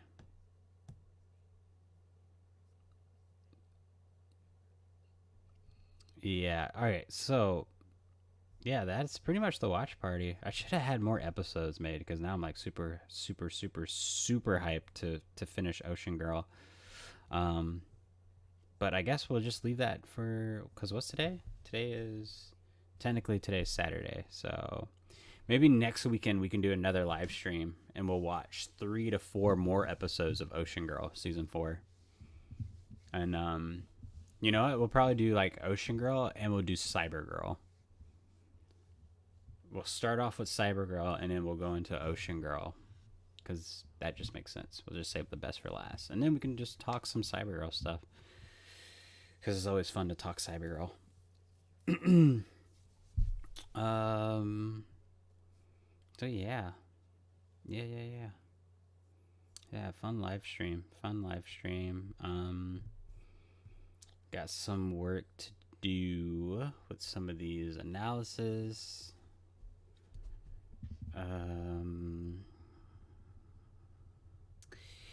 Yeah, we'll definitely do that. I think maybe either later tonight or tomorrow I'll have a live stream on my channel, just like upcoming event, and it'll be like Cyber Girl, Ocean Girl, which that means I got to do a graphic for it. Which, by the way, Lazar, unless you can find some, there's like not a lot of stuff on Ocean Girl. Well, somewhat kind of Ocean Girl, but Cyber Girl, there's not a lot of stuff in terms of like graphics I can use for it. Like for example, I type in Cyber Girl. When did the show come out? Cyber Girl came out 2001. Okay. So if I type in Cyber Girl 2001 and I type images, yeah, I don't know if I can make a graphic out of this. 1280 by 720. Oh, well, maybe I can do one out of the. Oh, yeah. I can do a graphic from this. Never mind. Let me just not saying anything. Yeah. Alright, cool. I found a really cool photo of Cyber Girl. I can make a graphic out of it. I need to make one of Ocean Girl too, though. And I need to like have them like face to face. Or something like that. I don't know. I guess we'll figure it out.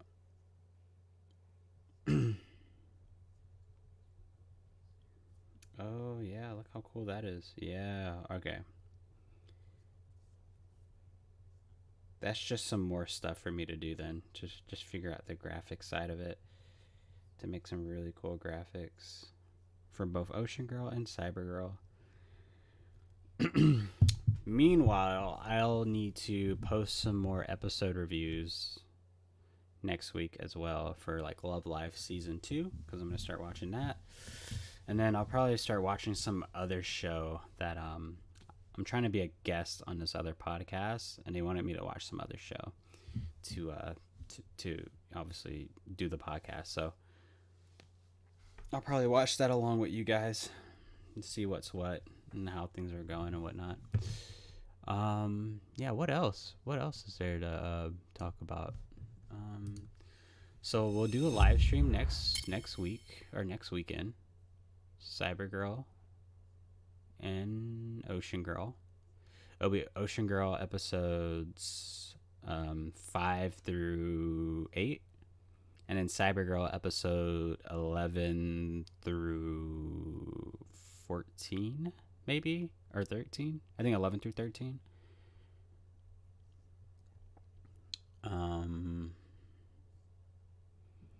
Yeah. Yeah. What else? We need to make like a live stream out of like some other stuff too. Mm.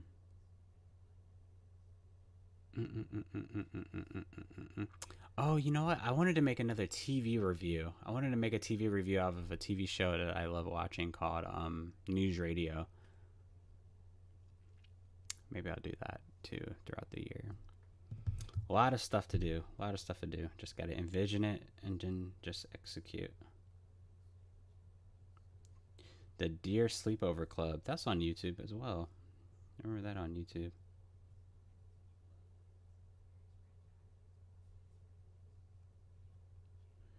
Happy Christmas, Nor. My friend texted me Happy New Year.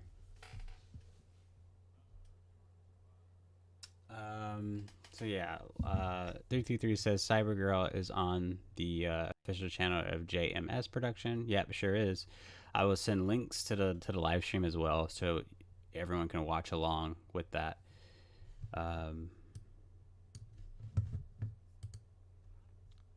Yeah, I mean all my stuff is still gonna be blurred out and whatnot because obviously I don't own that stuff. So yeah, it's gonna be completely blurred out and yeah. So that's just an easy way for you guys to watch it. Just Cybergirl stuff.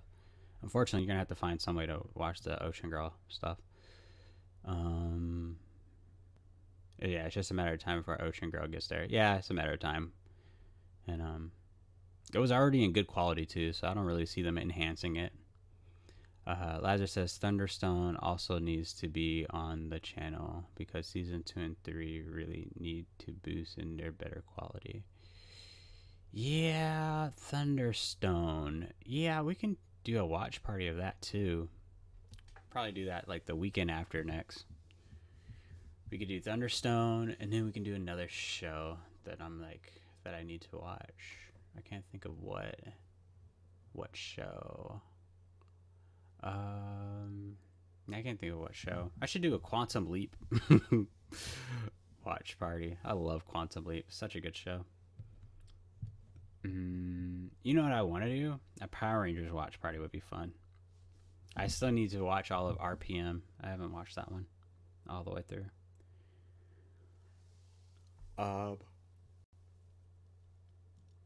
Oh, yeah. Yeah. Those are some really good Ocean Girl episodes. There's a lot happening. I don't know what's gonna happen now that they're back in Australia, and now, well, one, the agency is gonna be on their backs now. I don't.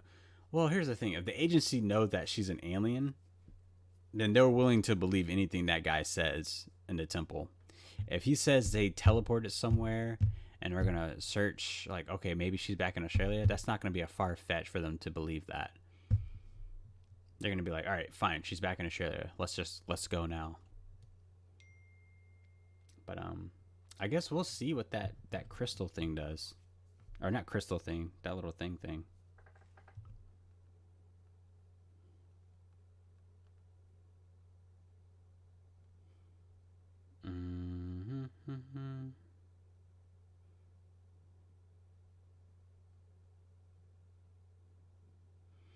Yeah, everyone's just texting me Happy New Year. Gotta respond.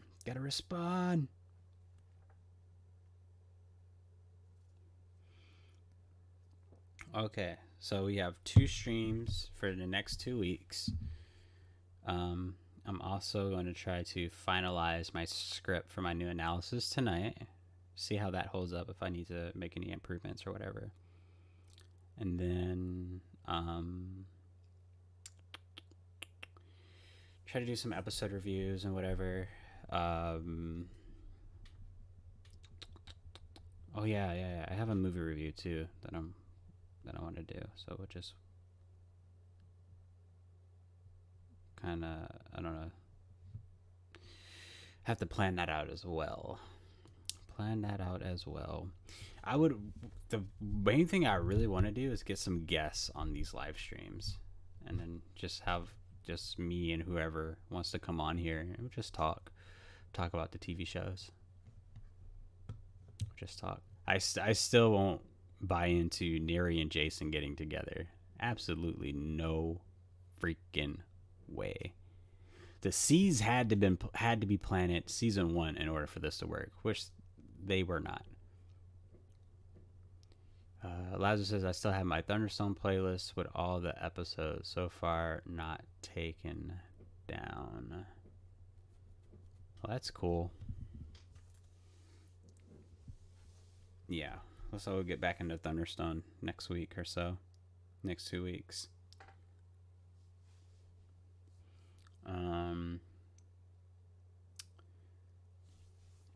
Let's see. Having this tribe video just freaking run through.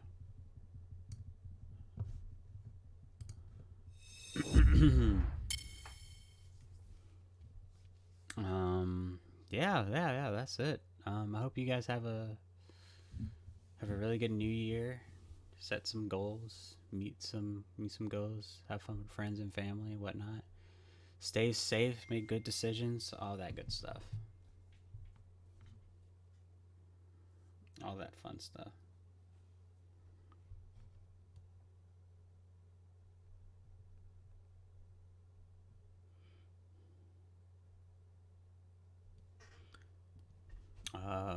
Yeah, what else? It's been a 3 hours and 25-minute stream. First hour, I was getting sleepy. Now I'm like completely fine. Maybe it's the chocolate and the cereal that's finally kicking in.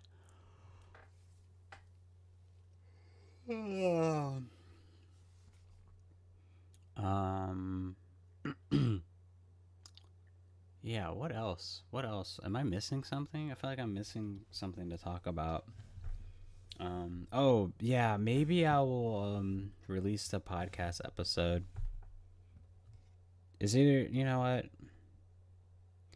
It's going to be either a podcast episode of 007, the newest 007 movie, or Gremlins, because I watched the movie Gremlins with my friend Amy. I think Gremlins would be easier because it's just less time. Oh, but I did delete that. Did I? Yeah, I did. I totally deleted that. No, wait, no, I didn't. I can just take the audio, right? Or did I delete that? No, it shouldn't have been deleted. Whatever, I'll figure it out.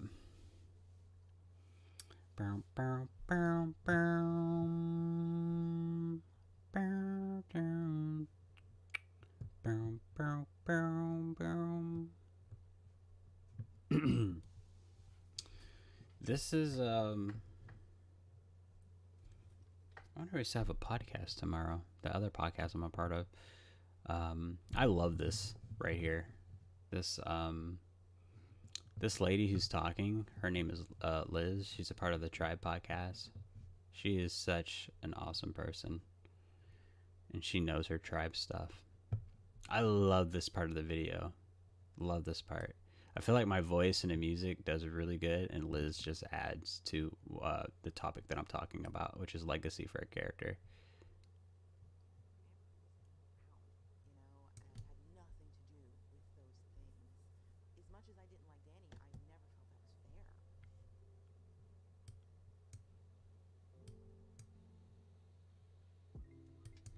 For my last topic, I want to talk about legacy.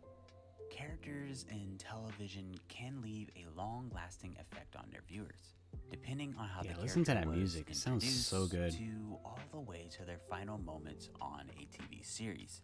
It can affect your overall feelings for that character. Danny wasn't the first character in television history to replace a main cast character. and she won't be the Patsy. last. So with that said, I made this analysis because one, I love the tribe. and Yeah, I two, freaking I love think this. we can all So name a TV show when I we first love started this with channel, a character we just didn't understand. and I Mine was just like, so happens ooh, to be I want to make Davey movie from reviews and the stuff like tribe. this and whatever. So right now, I want you I to think definitely about like, something. I want to I talk want about the you to tribe. think about I want a to do an TV analysis show on the you love tribe, with a character and I on it want to you do just one really on never Danny's understood. character. Now ask yourself, And I've always has envisioned that, character but I just made didn't the know how show to do it. memorable for you? And I From all literally the did 2 episodes or other seasons tribe you've analysis watched, videos did before the that before the character Danny give you one. any lasting And it was all memories? just practice Now, to whether know they're good or how I can make bad, it. I And till this day, I think can't this really speak Danny on tribe that. analysis So I'll is leave my it up to you. best. I think it's the best video I have on my channel of everything, editing, all that, everything. And I love this outro of the last Starfighter that plays out. Yeah, yeah. Get ready. Prepare for blast off. Alright, Starfighters and Tribe World, that was my Starfighter TV analysis. If you like the content, make sure you like and subscribe to the channel. And music is please so comment good. below on a TV show you love with a character you Subscribe just to the didn't really channel. like. Until then, secure your death, 333 Starfighters. says, I forgot the actress playing Shibia 6 years after Ocean Girl. You did see her in The Matrix 3.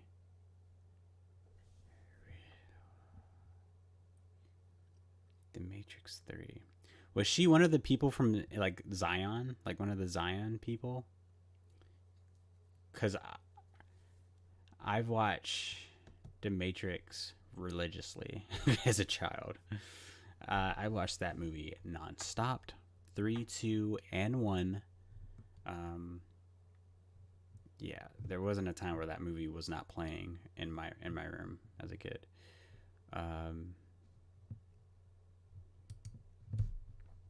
Play some more.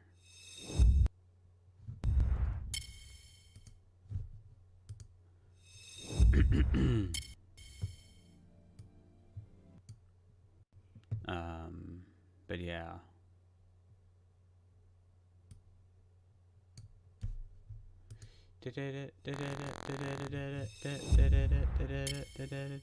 This one's so good too. I love the music on this one.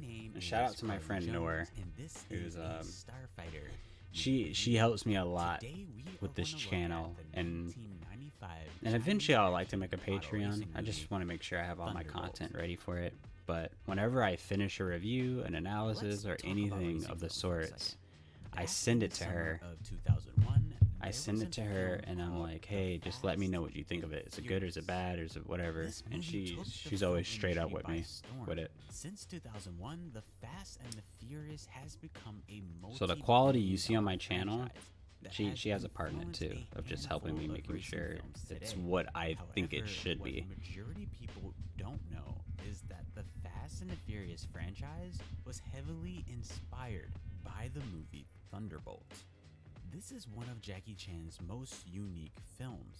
The action sequences Sorry, I are was totally like split rocking in my half chair. with martial arts and intense. I never seen Baby Driver. racing.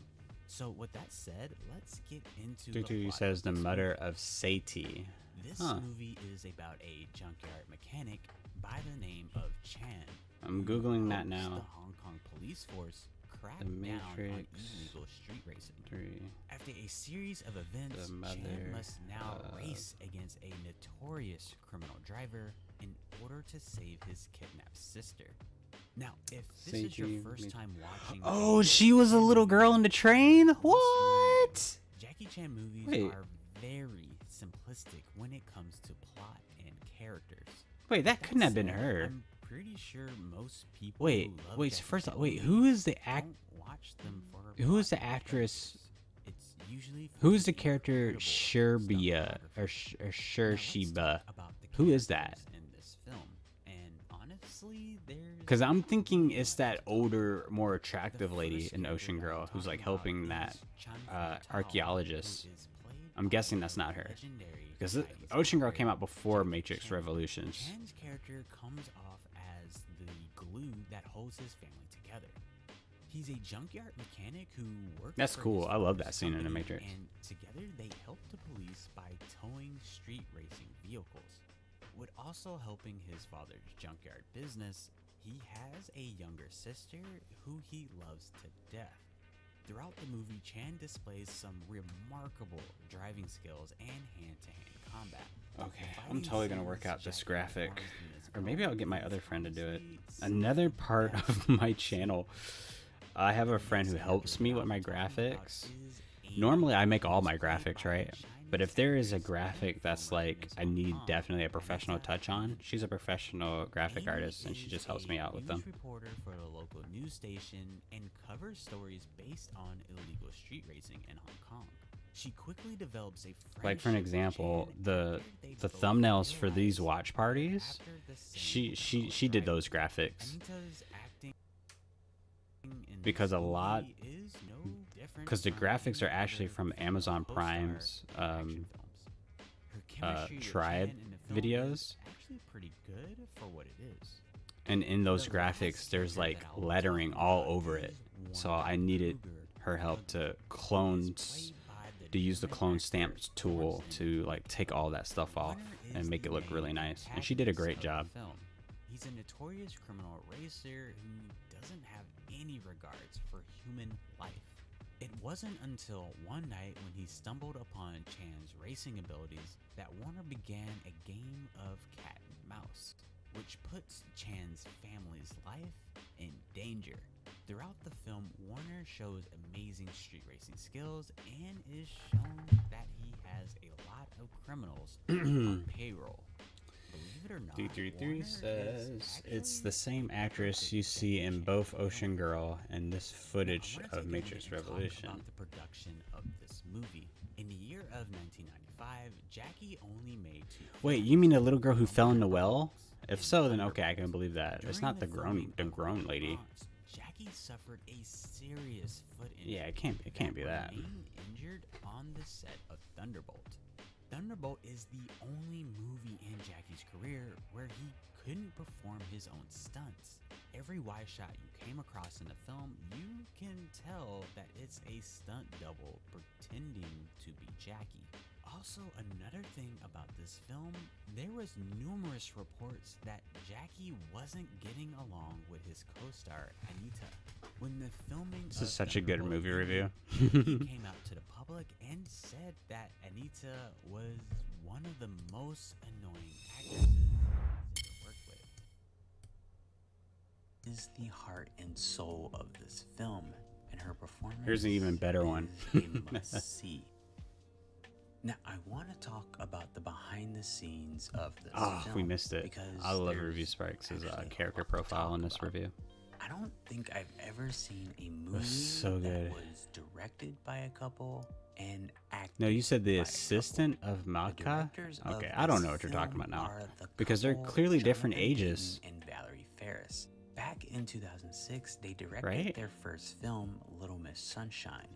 But Ocean since Girl then, came out like they've 10 years never really before worked on Matrix. another film.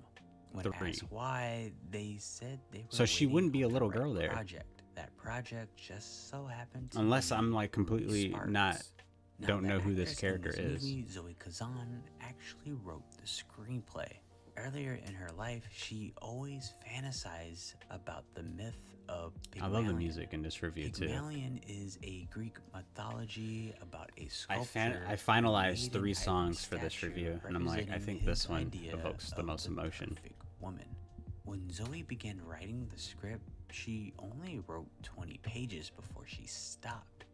After half a year later, she picked up the script. She was clear on the central concept, which is the dangers of idealizing genres of family history and trying to let go of grief.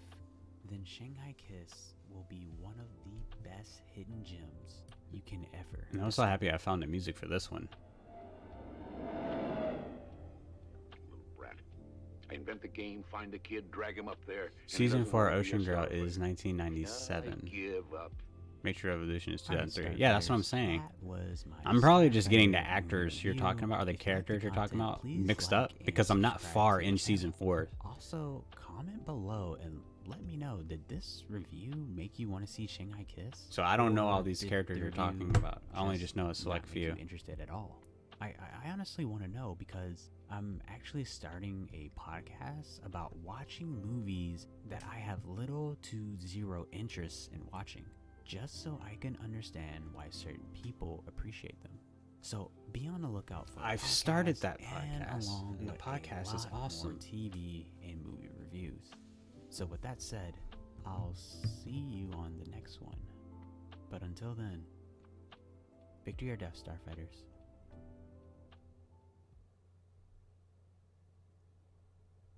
I never noticed that it was fading to black while that happened.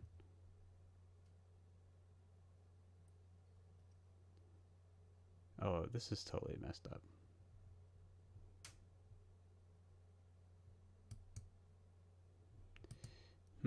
It's a little weird.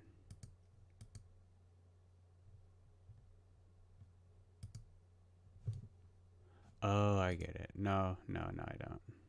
Whatever.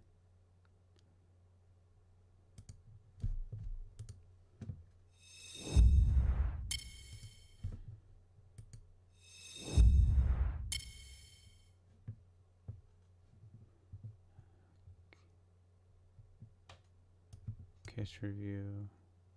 What's this one? What is this? How is this in front of everything?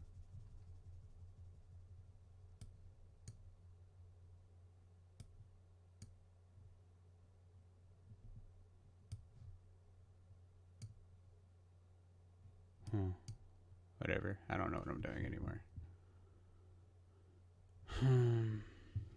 Thunderbolt. You also said, I think you've already saw her, the scuba diver. Yeah, the older lady. The one who's like attractive, super attractive.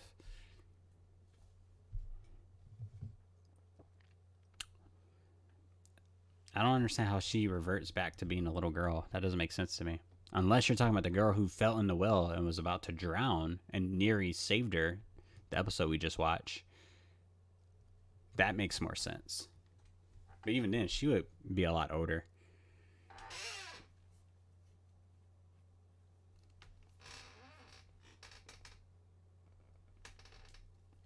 Oh, this chair is so squeaky.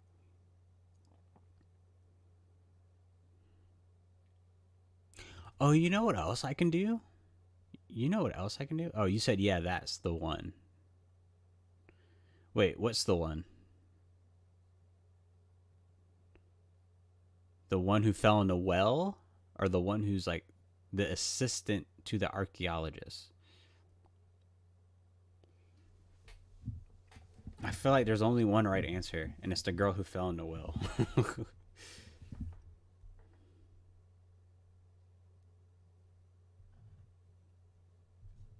I love this music. Let me go to it.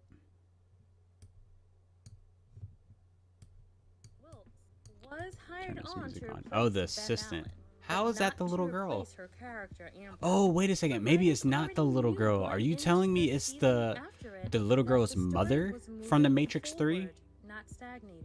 Because Danny was a in the part Matrix of 3, the that little girl was process of forward trying to propulsion. travel with her father and her mom to get on that train to get away from the timekeeper. So are you saying the mother was on Ocean Girl season 4?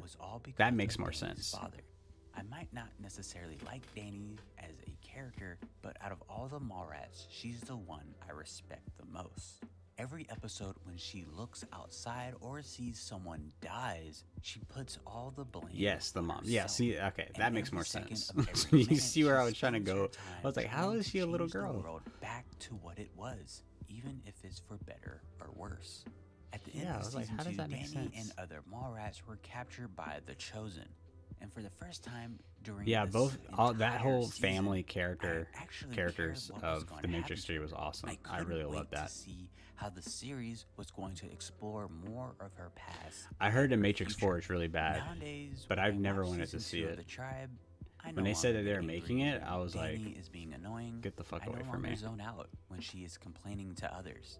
Now I just get sad. Sad from the fact that Danny could have been one Stop of the destroying my greatest childhood. characters. I really in love this entire music. Like, just series, listen to it. And we'll never know what happens to her. Say whatever you want about Danny's character. You can love her, you can hate her. But what you can't deny is that she is the walking embodiment of the show's message to its viewers, which is no matter how dire the situation is or how lost the world has become, the only way to survive is to keep the dream alive.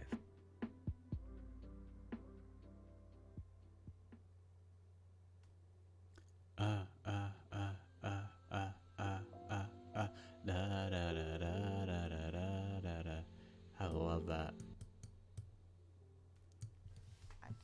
What other reviews do I have? Here, I'll tell you what I'm gonna do. I'm gonna show you guys. I'm gonna show you guys a never before seen. I'm gonna show you a never before seen TV review that I did. This was so long ago.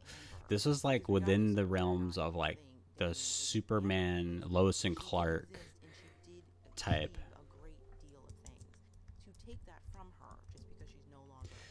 This was like way back in 2017 when I did this.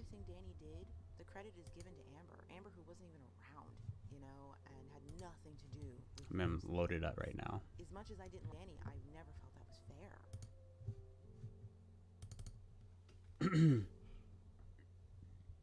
Excuse me. For my last topic, I'm going to talk about legacy. Characters in television can leave a long-lasting effect. This stuff is so time consuming to do all this. How the character was introduced to all the way to their final moments on a TV series. It can affect your overall feelings for that character. Danny wasn't the first character in television Media history to source. replace Okay, the main I'm loading it cast, up right now. and she won't be the last. So with that said, I made this analysis because one, I love the tribe, and two, I think we can all name a TV show we love. Okay, so this is a never before just seen didn't understand review why it I've just done. happens to be Danny from the tribe. I think So right now, because I want you to before I had this I channel, want you to think a good about friend of a mine TV show you love, had a podcast, and I would make movie reviews Now ask and yourself, TV reviews has for that his character made podcast, the show like for his memorable YouTube channel. from all the episodes, And that's why if you go on my seasons channel and you look watched, at like the did perks that of being a character wallflower, give you any you see like lasting there's like memories? Now, a whether watermark they're on good it. That was or like bad, my friend's I podcast. can't really speak on that. It's all So up to you. I made this one for his, but it eventually never got on there. And I think he stopped doing the podcast. You have been recruited by the Star League to defend the frontier against Zur and the Kodan Armada. Yeah. Get ready. Prepare for battle. Alright, Starfighters and Tribe World. Lazar says the actress who played the blind girl in Ocean Girl season 3 was also in Mirror Mirror season 1, Australia's production TV show. Yeah, I remember you telling me that. Mirror Mirror. Mirror Mirror is also, it's on my watch list on my channel. Didn't really like. Until then, I just never watched it. Starfighters. But I really love that actress. I want to see her in more stuff.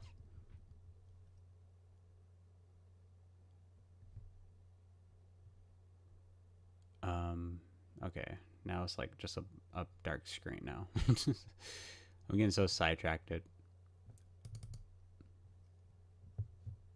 Okay, here it is. Here it is. This is never seen before, you guys. Never seen before. And I don't know if you ever seen the TV show Lex, but it's awesome. I love Lex. It's very weird. It's one of the best sci-fis ever made, but it's very weird. Season 1 was amazing. Season 2 had a lot of... Season 2 is what Lex is at its core. Season 3 was very interesting but different. I can see why people thought it was boring or whatever. And season 4 was just god awful, but it had a great ending to the series. Okay, so here it is. Oh wait.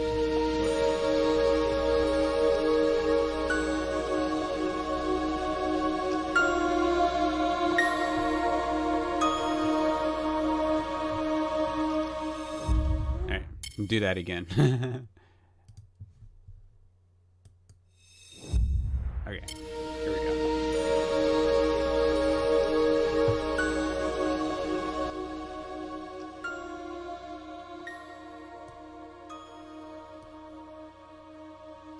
This is Lex. It's so freaking look at the actress. Her name is Ava Hoverman. She is stunning. So stunning. You're dead. And I'm dying. Meet dear death, fellow Starfighters. This is Carlin Jones giving you another review, and today I'll be talking about one of the most creative, most Oh, the audio is so sci-fi bad. series that have ever been released. I think I recorded all this like on my phone, and I didn't have like I had like a kind of like a crappy iPhone back in the day. Series with any other sci-fi series that has ever been out there, but you can compare those sci-fi series to Lex in such a way of thinking that Farscape, Futurama, Firefly, and many other sci-fi series completely taken a lot from Lex that people don't even realize. And hopefully I'll get into that today into our review.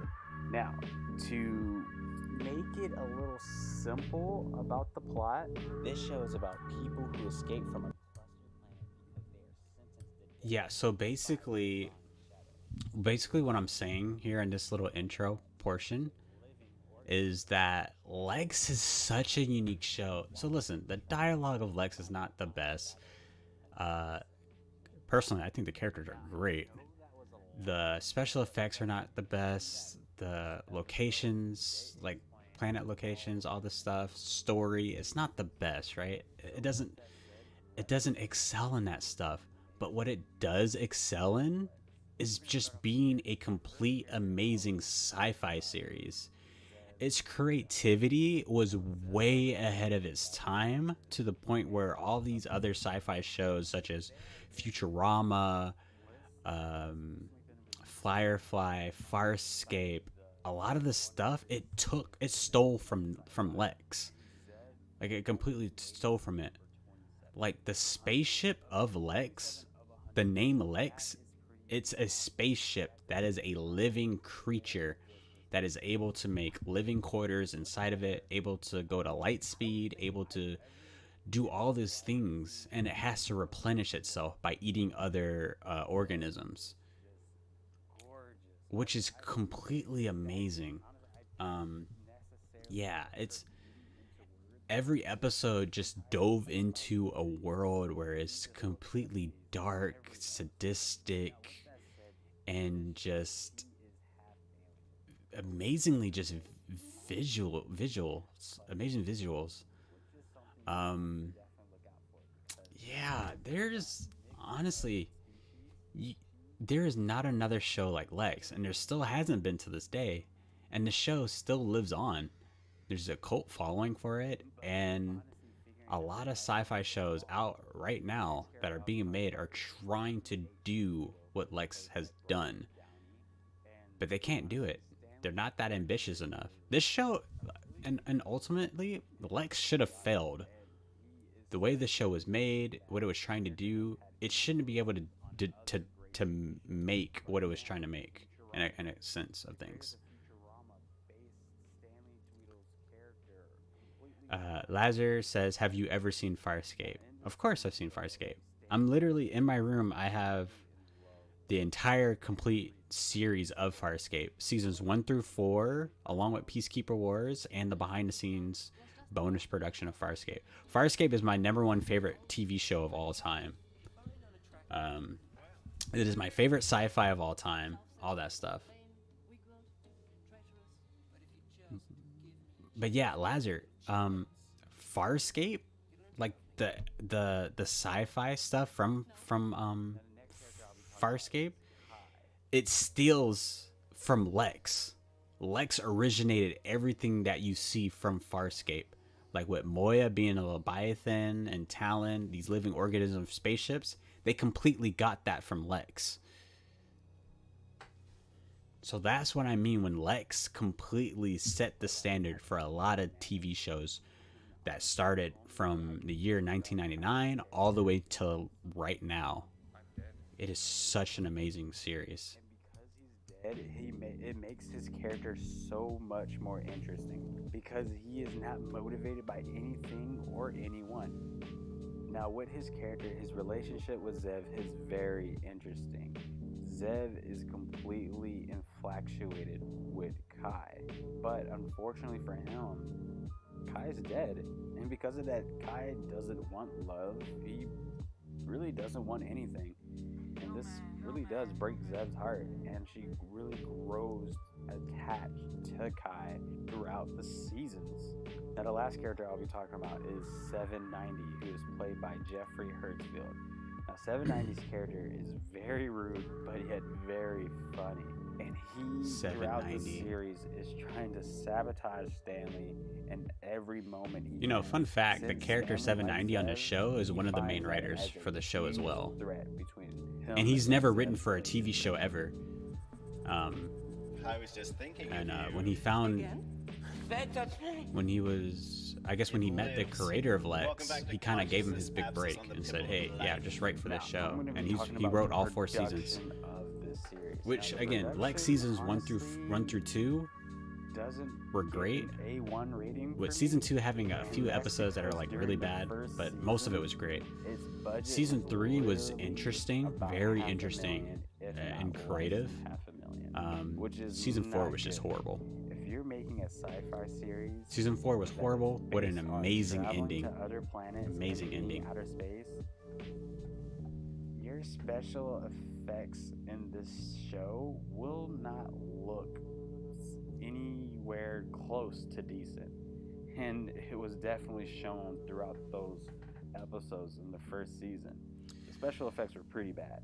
Now, with that said, I think for these reviews back in the day, I never wrote anything down. I was just speaking. It's kind of like me just. With that said, this has been a Starfighter review. Let me know what you think. Like just me tripping up on my words. Oh, okay. That's it. That's it for that.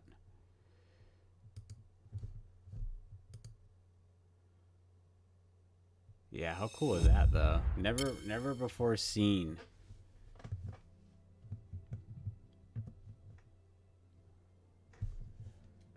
Now it gets me thinking, what else can I make on here?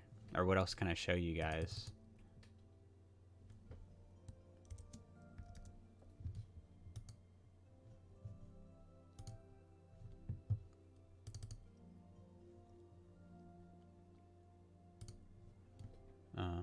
I'm gonna try to show you guys another one. I don't know. You know what? Let's watch. Let's watch the Superman one because I really do love that review, and that was like my first ever review I've ever made. Tribe World. My name is Carlin Jones, and this is a Starfighter TV analysis. And today we're going to discuss the most talked about, the most disliked character in the entire Tribe series. I love this freaking music on this Tribe video.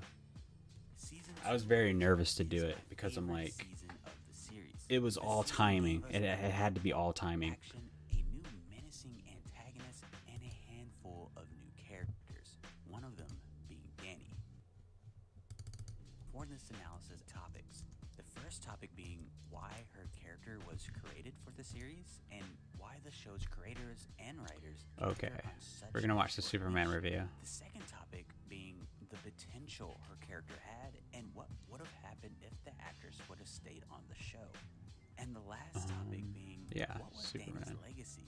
Wait, hold on. I want to see what else I have. Now, to help me with these topics, I brought well, it's just like a bunch of guests who are fans of the series. Have some analysis. These fans are going to share their personal opinions on how Umbrella Academy. Danny as a character. Now, before we get I kind of into do want to this play my analysis, Bachelor I have to review. say, Or this Bachelor analysis. will contain spoilers for seasons 1, 2, and 3.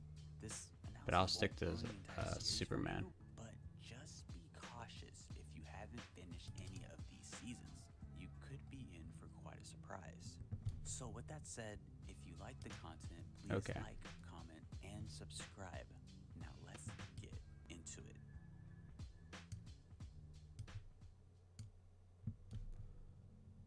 Selling dreams that turn into nightmares. Our dream is real, and we've come a long way, and we're not gonna give up now. I can never like get a sense of where it is. Don't you mean you? Okay. Here we go. What's in it for you, Bray? Is that a bird? Love this intro. No, just a guy in a pair of tights and a cape.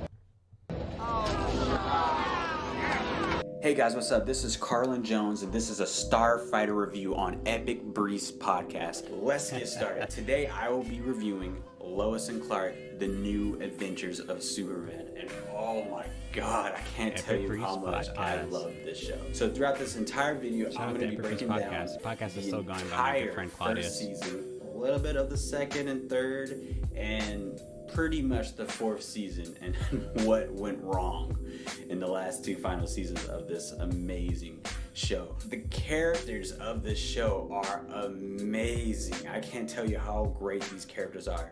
Starting off with Clark Kent, Superman, who is played by the awesome Dean Cain. Let me tell you something. Dean Cain is the best Clark Kent I have ever seen in my life. Like honestly, I don't think there's any debate from anyone. Never saying wrote that any of Dean this down Cain either. is the best Clark Never read Kent. Now, I'm It not was all saying from he's the the top of the best dome. Superman. Christopher Reeve still has that trophy. He still has that title. But as of Clark Kent, it goes to Dean Cain. And he's such a great Clark Kent because he is a complete 180 of what Superman is supposed to be. 333 says Lois and Clark was supposed to have a fifth season, but it never happened. Yeah, I know, but thank God it never happened. That season 4 was. Let me tell you something. I love season 1, Lois and Clark. Season 1 is honestly, of all the shows I've ever watched in my life, I can throw that season 1 on at any point in time and feel so relaxed. It's like a comfort TV show for me. Like I've fallen asleep to it. I've worked with it, like done like study work to it. Like it's awesome for me.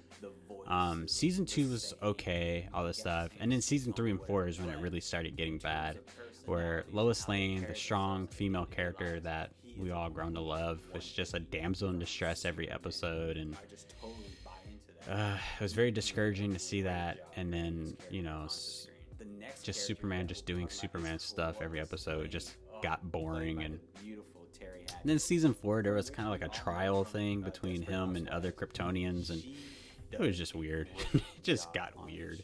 And let me just say this: I have never seen, or I haven't seen in a while, a female character that is but rest so in peace, Lane strong Smith. and so independent. I have not seen one in quite a while, and Lois Lane is the. Oh, let me turn this back up.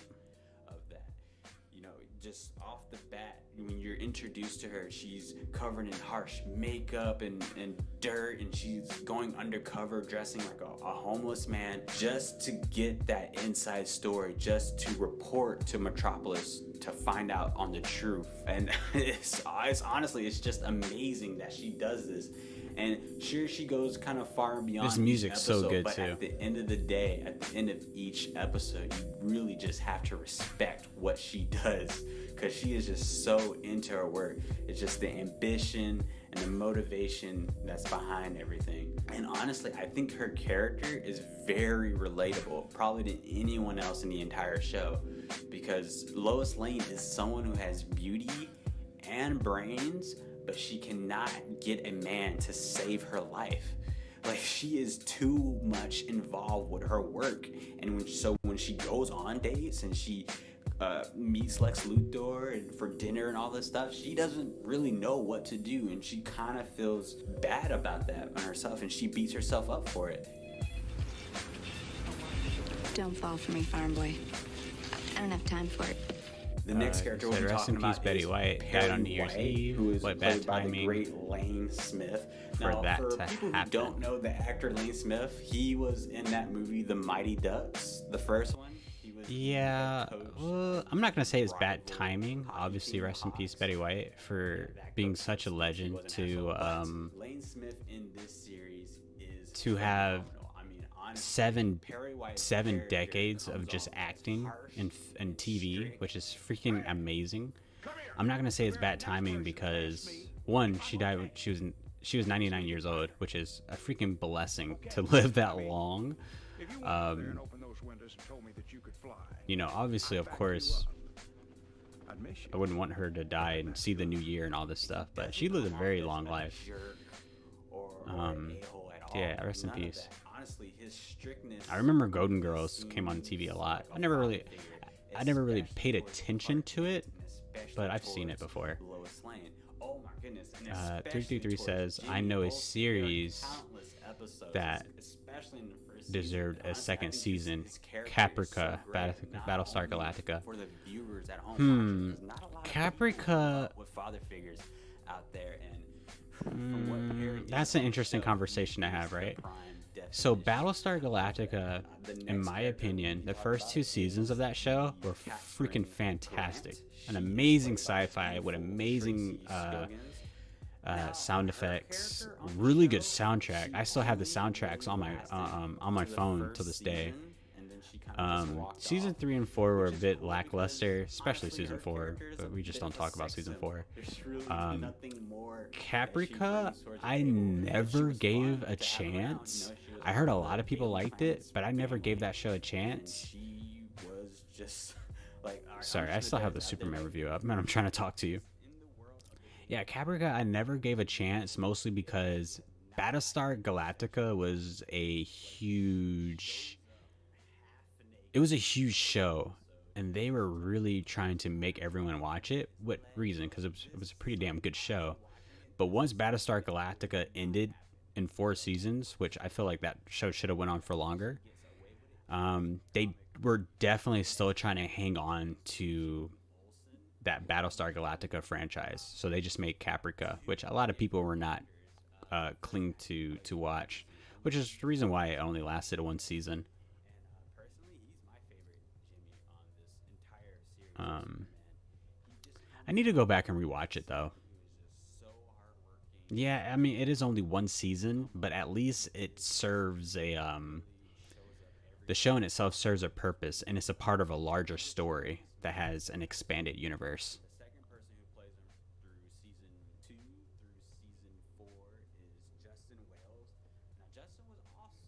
So yeah, Battlestar Galactica seasons are, I would say the entire show is good. It's a pretty damn good show. Seasons 1 through 2, amazing.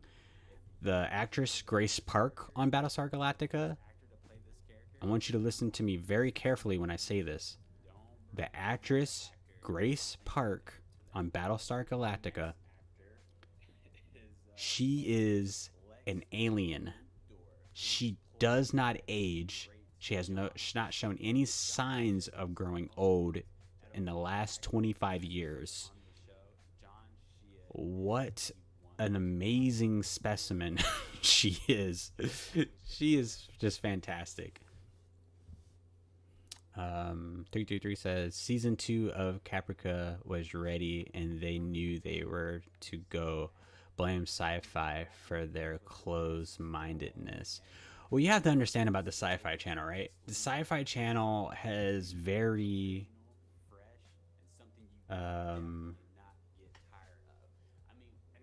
oh no, I think my stream stopped.